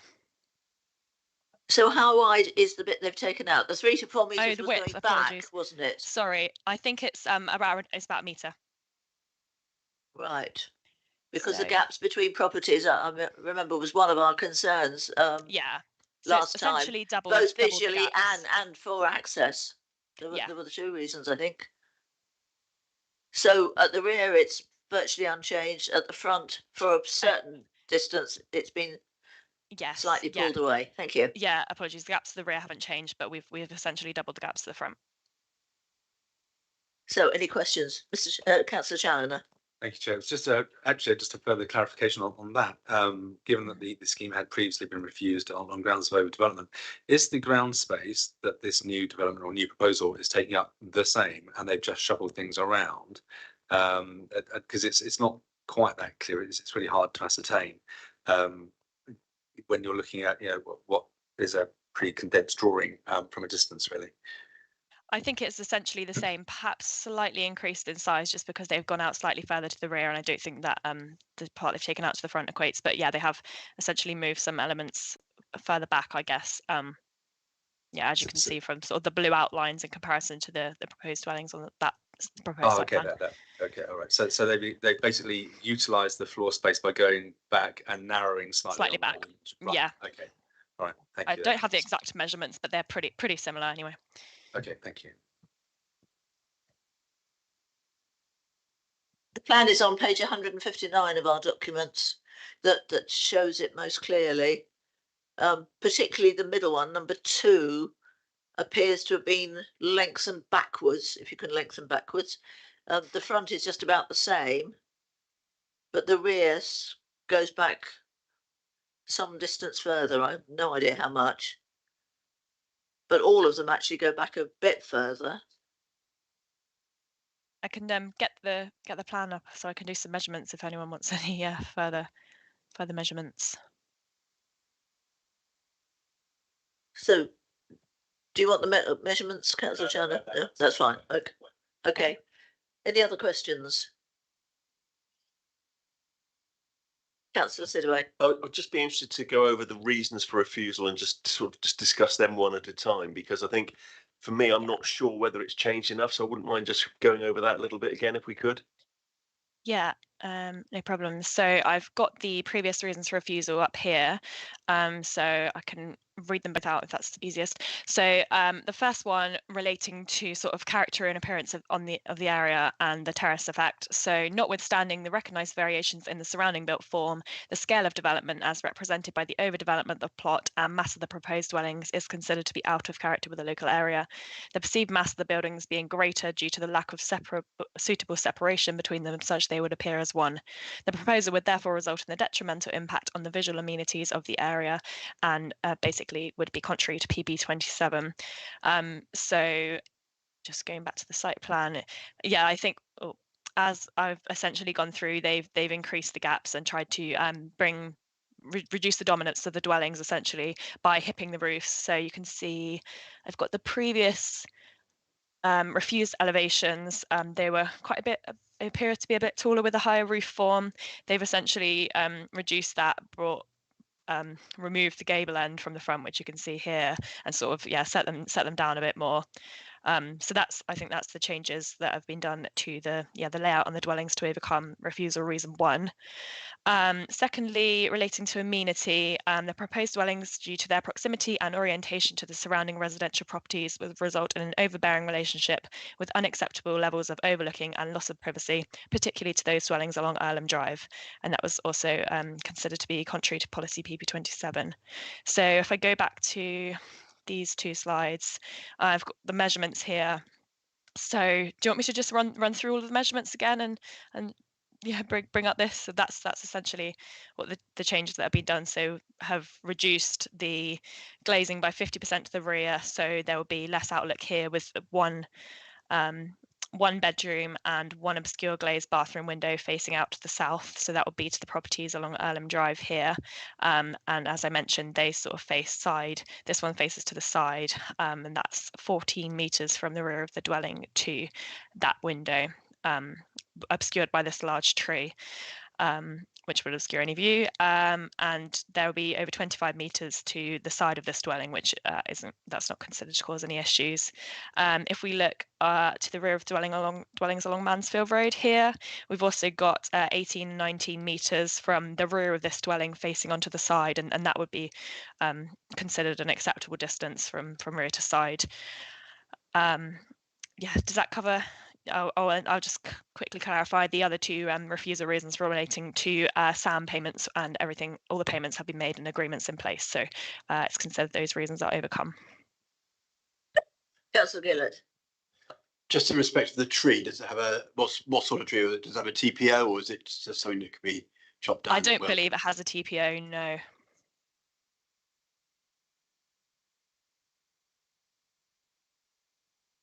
Any further questions? No? Anyone ready to make a move? Or shall I do it? Certainly. Yes, we're now on to discussion. Yes. You would make a move. I was like, oh, that's a bit sudden. And actually, despite the fact that there has been some rejuggling on this site, there have been previous applications that have been approved for 2 individual properties, and that kind of sits much better. I still think, despite the juggling, this is overdevelopment, in my opinion. And I think the previous planning committee, when they met and discussed and came to that conclusion, I would absolutely concur with that. And I still feel that way.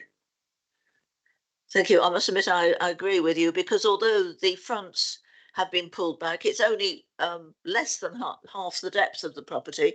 The bit that's still the full width will still be visible from the street, I think. And like you, I feel that the 2 is more than enough. But and of course, now that they reach further back, even though the number of windows has been reduced, they are actually closer to Earlham Drive, the remaining ones.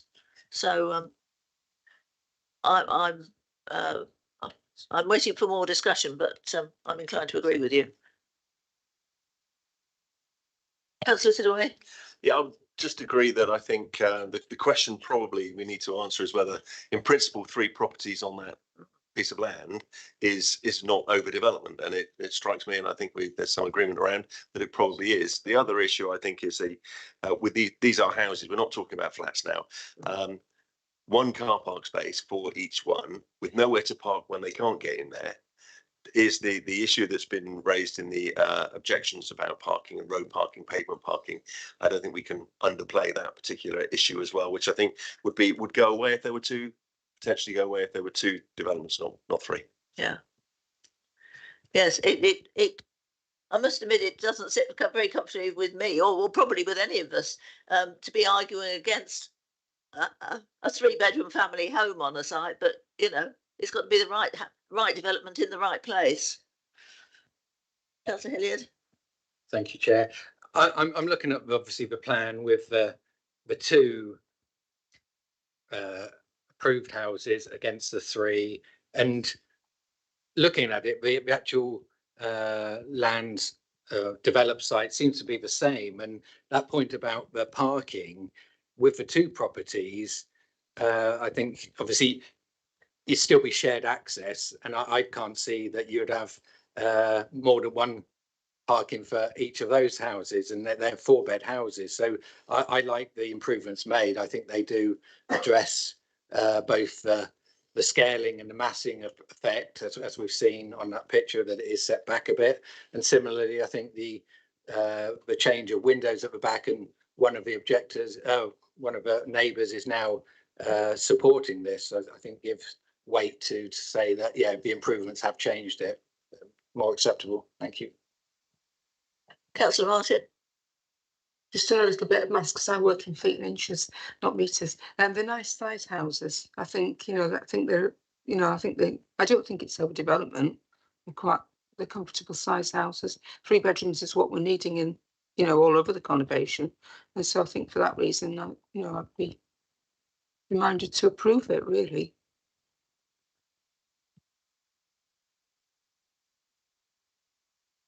Councillor Ball. Thank you. Looking at it, I do think it is overdevelopment of the side. If we look at the previous permitted 2 buildings, they seem to have 2 parking spaces each, which is adequate. I also wonder if we could have a quick look at the distance between the corner of plot 1 and the bedroom window of the house behind to the side, just to clarify that for me, please. Let me just reshare and check we're all on the same page. Sorry, the unit 1, and what was it? Sorry. And the plot behind, I guess it's labelled. Oh, this one. It's got the 14-metre. Oh, okay. And what was the question? Sorry. Well, yeah, that's what I wanted to see. The distance between that bedroom window of that larger property there.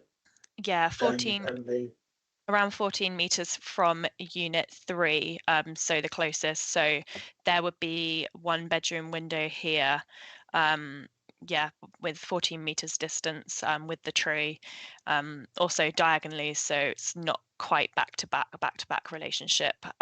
Obviously a diagonally would somewhat reduce, yeah, any direct views. On the subject of the tree, Mr. Hedges has got some information for us. Oh, great.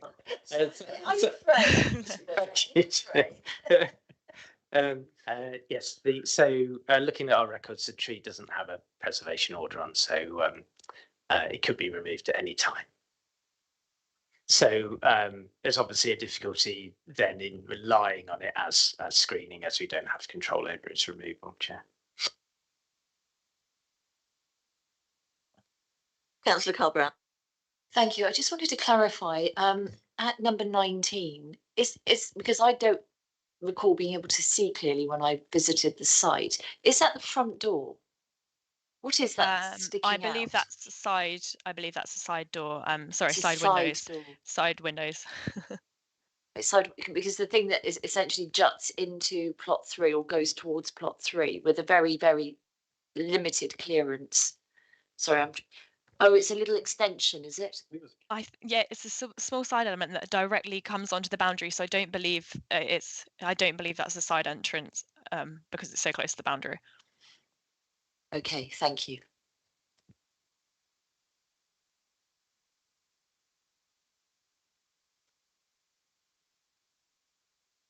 I'll just bring up the street view just to confirm the front arrangements of number 19.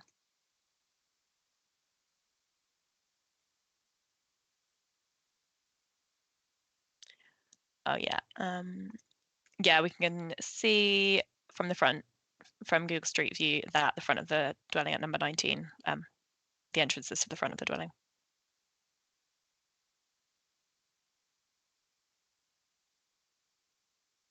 Okay, Councillor. Thank you, Chair. I will stick with my original assertion, and I would like to move that we reject this application on the grounds of overdevelopment. Oh.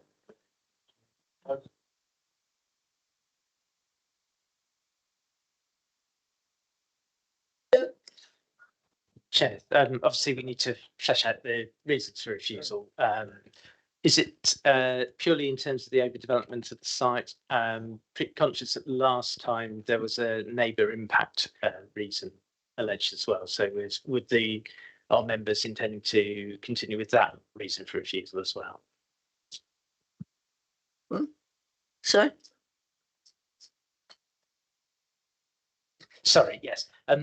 When the application was refused before, as the case officer set out, there was a second reason for refusal on the basis of the impact to neighbouring properties on their living conditions. So the move referred to the overdevelopment of the site, but also would we be taking forward a second reason for refusal on neighbour impacts as well? Just to clarify, is that the neighbour's objection which they've now withdrawn? No, so if we hang on, I'll just because I got the decision. So second reason for refusal on the previous application was proposed dwellings due to their proximity and orientation to surrounding residential properties would result in an overbearing relationship with unacceptable levels of overlooking and loss of privacy, particularly those dwellings along Earlham Drive, and therefore it's contrary to PP 27 of the local plan. Is the intention to go forward with that as a second reason for refusal on this application? Yes, Chair, I would still retain that because I still think that would apply. Yes. My memory of what the previous objector said was that he felt happier with this one. Not that he was happy, but that it was better, which I think possibly we'd agree with, but that doesn't necessarily mean it's good enough. So are we clear? Are we moving forward with two reasons for refusal, one of which is a character reason and then one a neighbour impact reason? Yeah, yeah, yes. Yeah, so what we need to understand in terms of the overdevelopment argument is what's the nature of that? What is why is it an overdevelopment? What's the harm that we can defend our reasons for? So we'd be grateful for some further guidance in that respect, Chair. Councillor Chandler. Thank you, Chair. I would say that actually the proposed development is of a cramped nature. I think it looks overly dense on the site, given the locality around it, for three detached properties that are very, very slightly separated. And I just think that it looks wrong, and it does look overdeveloped, even though they have made modifications and some changes. And would the extent of site coverage be an issue as well. Chair. Sorry, it would for me still, which is why I was trying to clarify before in terms of what was the ground space that had been refused or been looked at previously on the prior application. Yeah, because looking at it, as I've said before, the current application actually slightly covers a bit more of the ground, but it still reaches out virtually as close to the side boundaries, and the access gaps between the properties are still very small where they haven't been widened. And access to the properties. With 2 dwellings, there'd be more room on the front for them to spread. With there being 3, it'd be very restricted. Yeah. Are you meaning sort of pedestrian access or vehicle access? Vehicle and pedestrian, really. Yeah. Councillor Martin. I can see that there is overdevelopment around the outsides, because the gap between the 3 properties, each gap is sufficient probably to get a lawnmower around to your back garden, things like that, access to the back garden. But actually accessing the roof from between, there's just not enough gap there, really. You know, I know that maintenance isn't a material consideration, but it's going to be somebody's problem down the line. And ironically enough, it would be better for them to have had 3 terrace houses, because that would alleviate that problem rather than have narrow gaps between two detached houses. It's my opinion. You know, I know it's not a material consideration, but actually it's creating a problem down the line for somebody. And it could be deemed a material consideration if we're talking about living conditions for the. Oh yes, it's an enormous problem. You can't. It would be difficult to get your gutters clear for a start, because there's not enough. You can't put a ladder at a safe angle. So it is a material yes, living conditions would be quite difficult, and people buying might not realise that until they're in that position. Yeah. Yes. It's just for clarity, Chair, and I'm conscious that the first reason for refusal on the previous decision referenced both policy PP27, which is the generic development management policy for Paul, but also policy PP28, which is to do with flats and plot severances. So if I just read out the bit which relates to plot severances and subdivisions, it says, residential proposals involving plot severances or plot subdivisions will only be permitted where there is sufficient land to enable a type, scale and layout of development, including parking and usable amenity space to be accommodated in a manner which should preserve or enhance the area's residential character. So I take it that we would be looking to include PP28 in that reason for refusal on the character area. No, thank you. Happy with that. Thank you. Okay, I think we're probably ready to move to the vote then. If the officers are satisfied with the list of reasons should this motion be carried.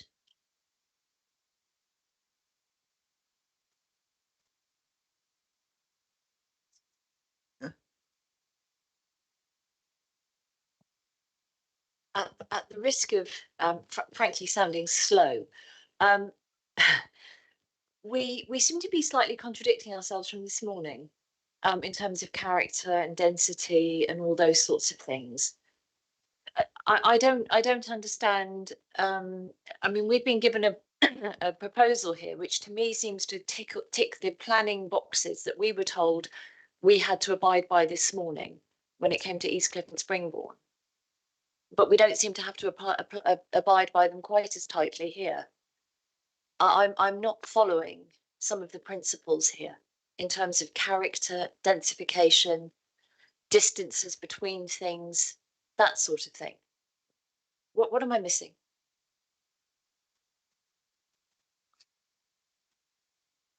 From my point of view, it's appropriateness to the location and the surrounding area and the surrounding properties. I was just going to add. Sorry, but when I visited the road, there were some properties that were very close together, and there were others that were that were really quite far apart. I would say the same applies to Wyndham Road. Chair, I was just going to add that currently, obviously, you've got a situation where you've got different local plans and different local policies. So this morning you were considering plans under the Bournemouth local plan, and for this application, it'd be the Poole local plan policy. So you have got a specific plot subdivision policy, PP28, in the Poole local plan, and clearly not all character areas are the same within BCP, and that's the assessment that we're making each time when we make a recommendation to you.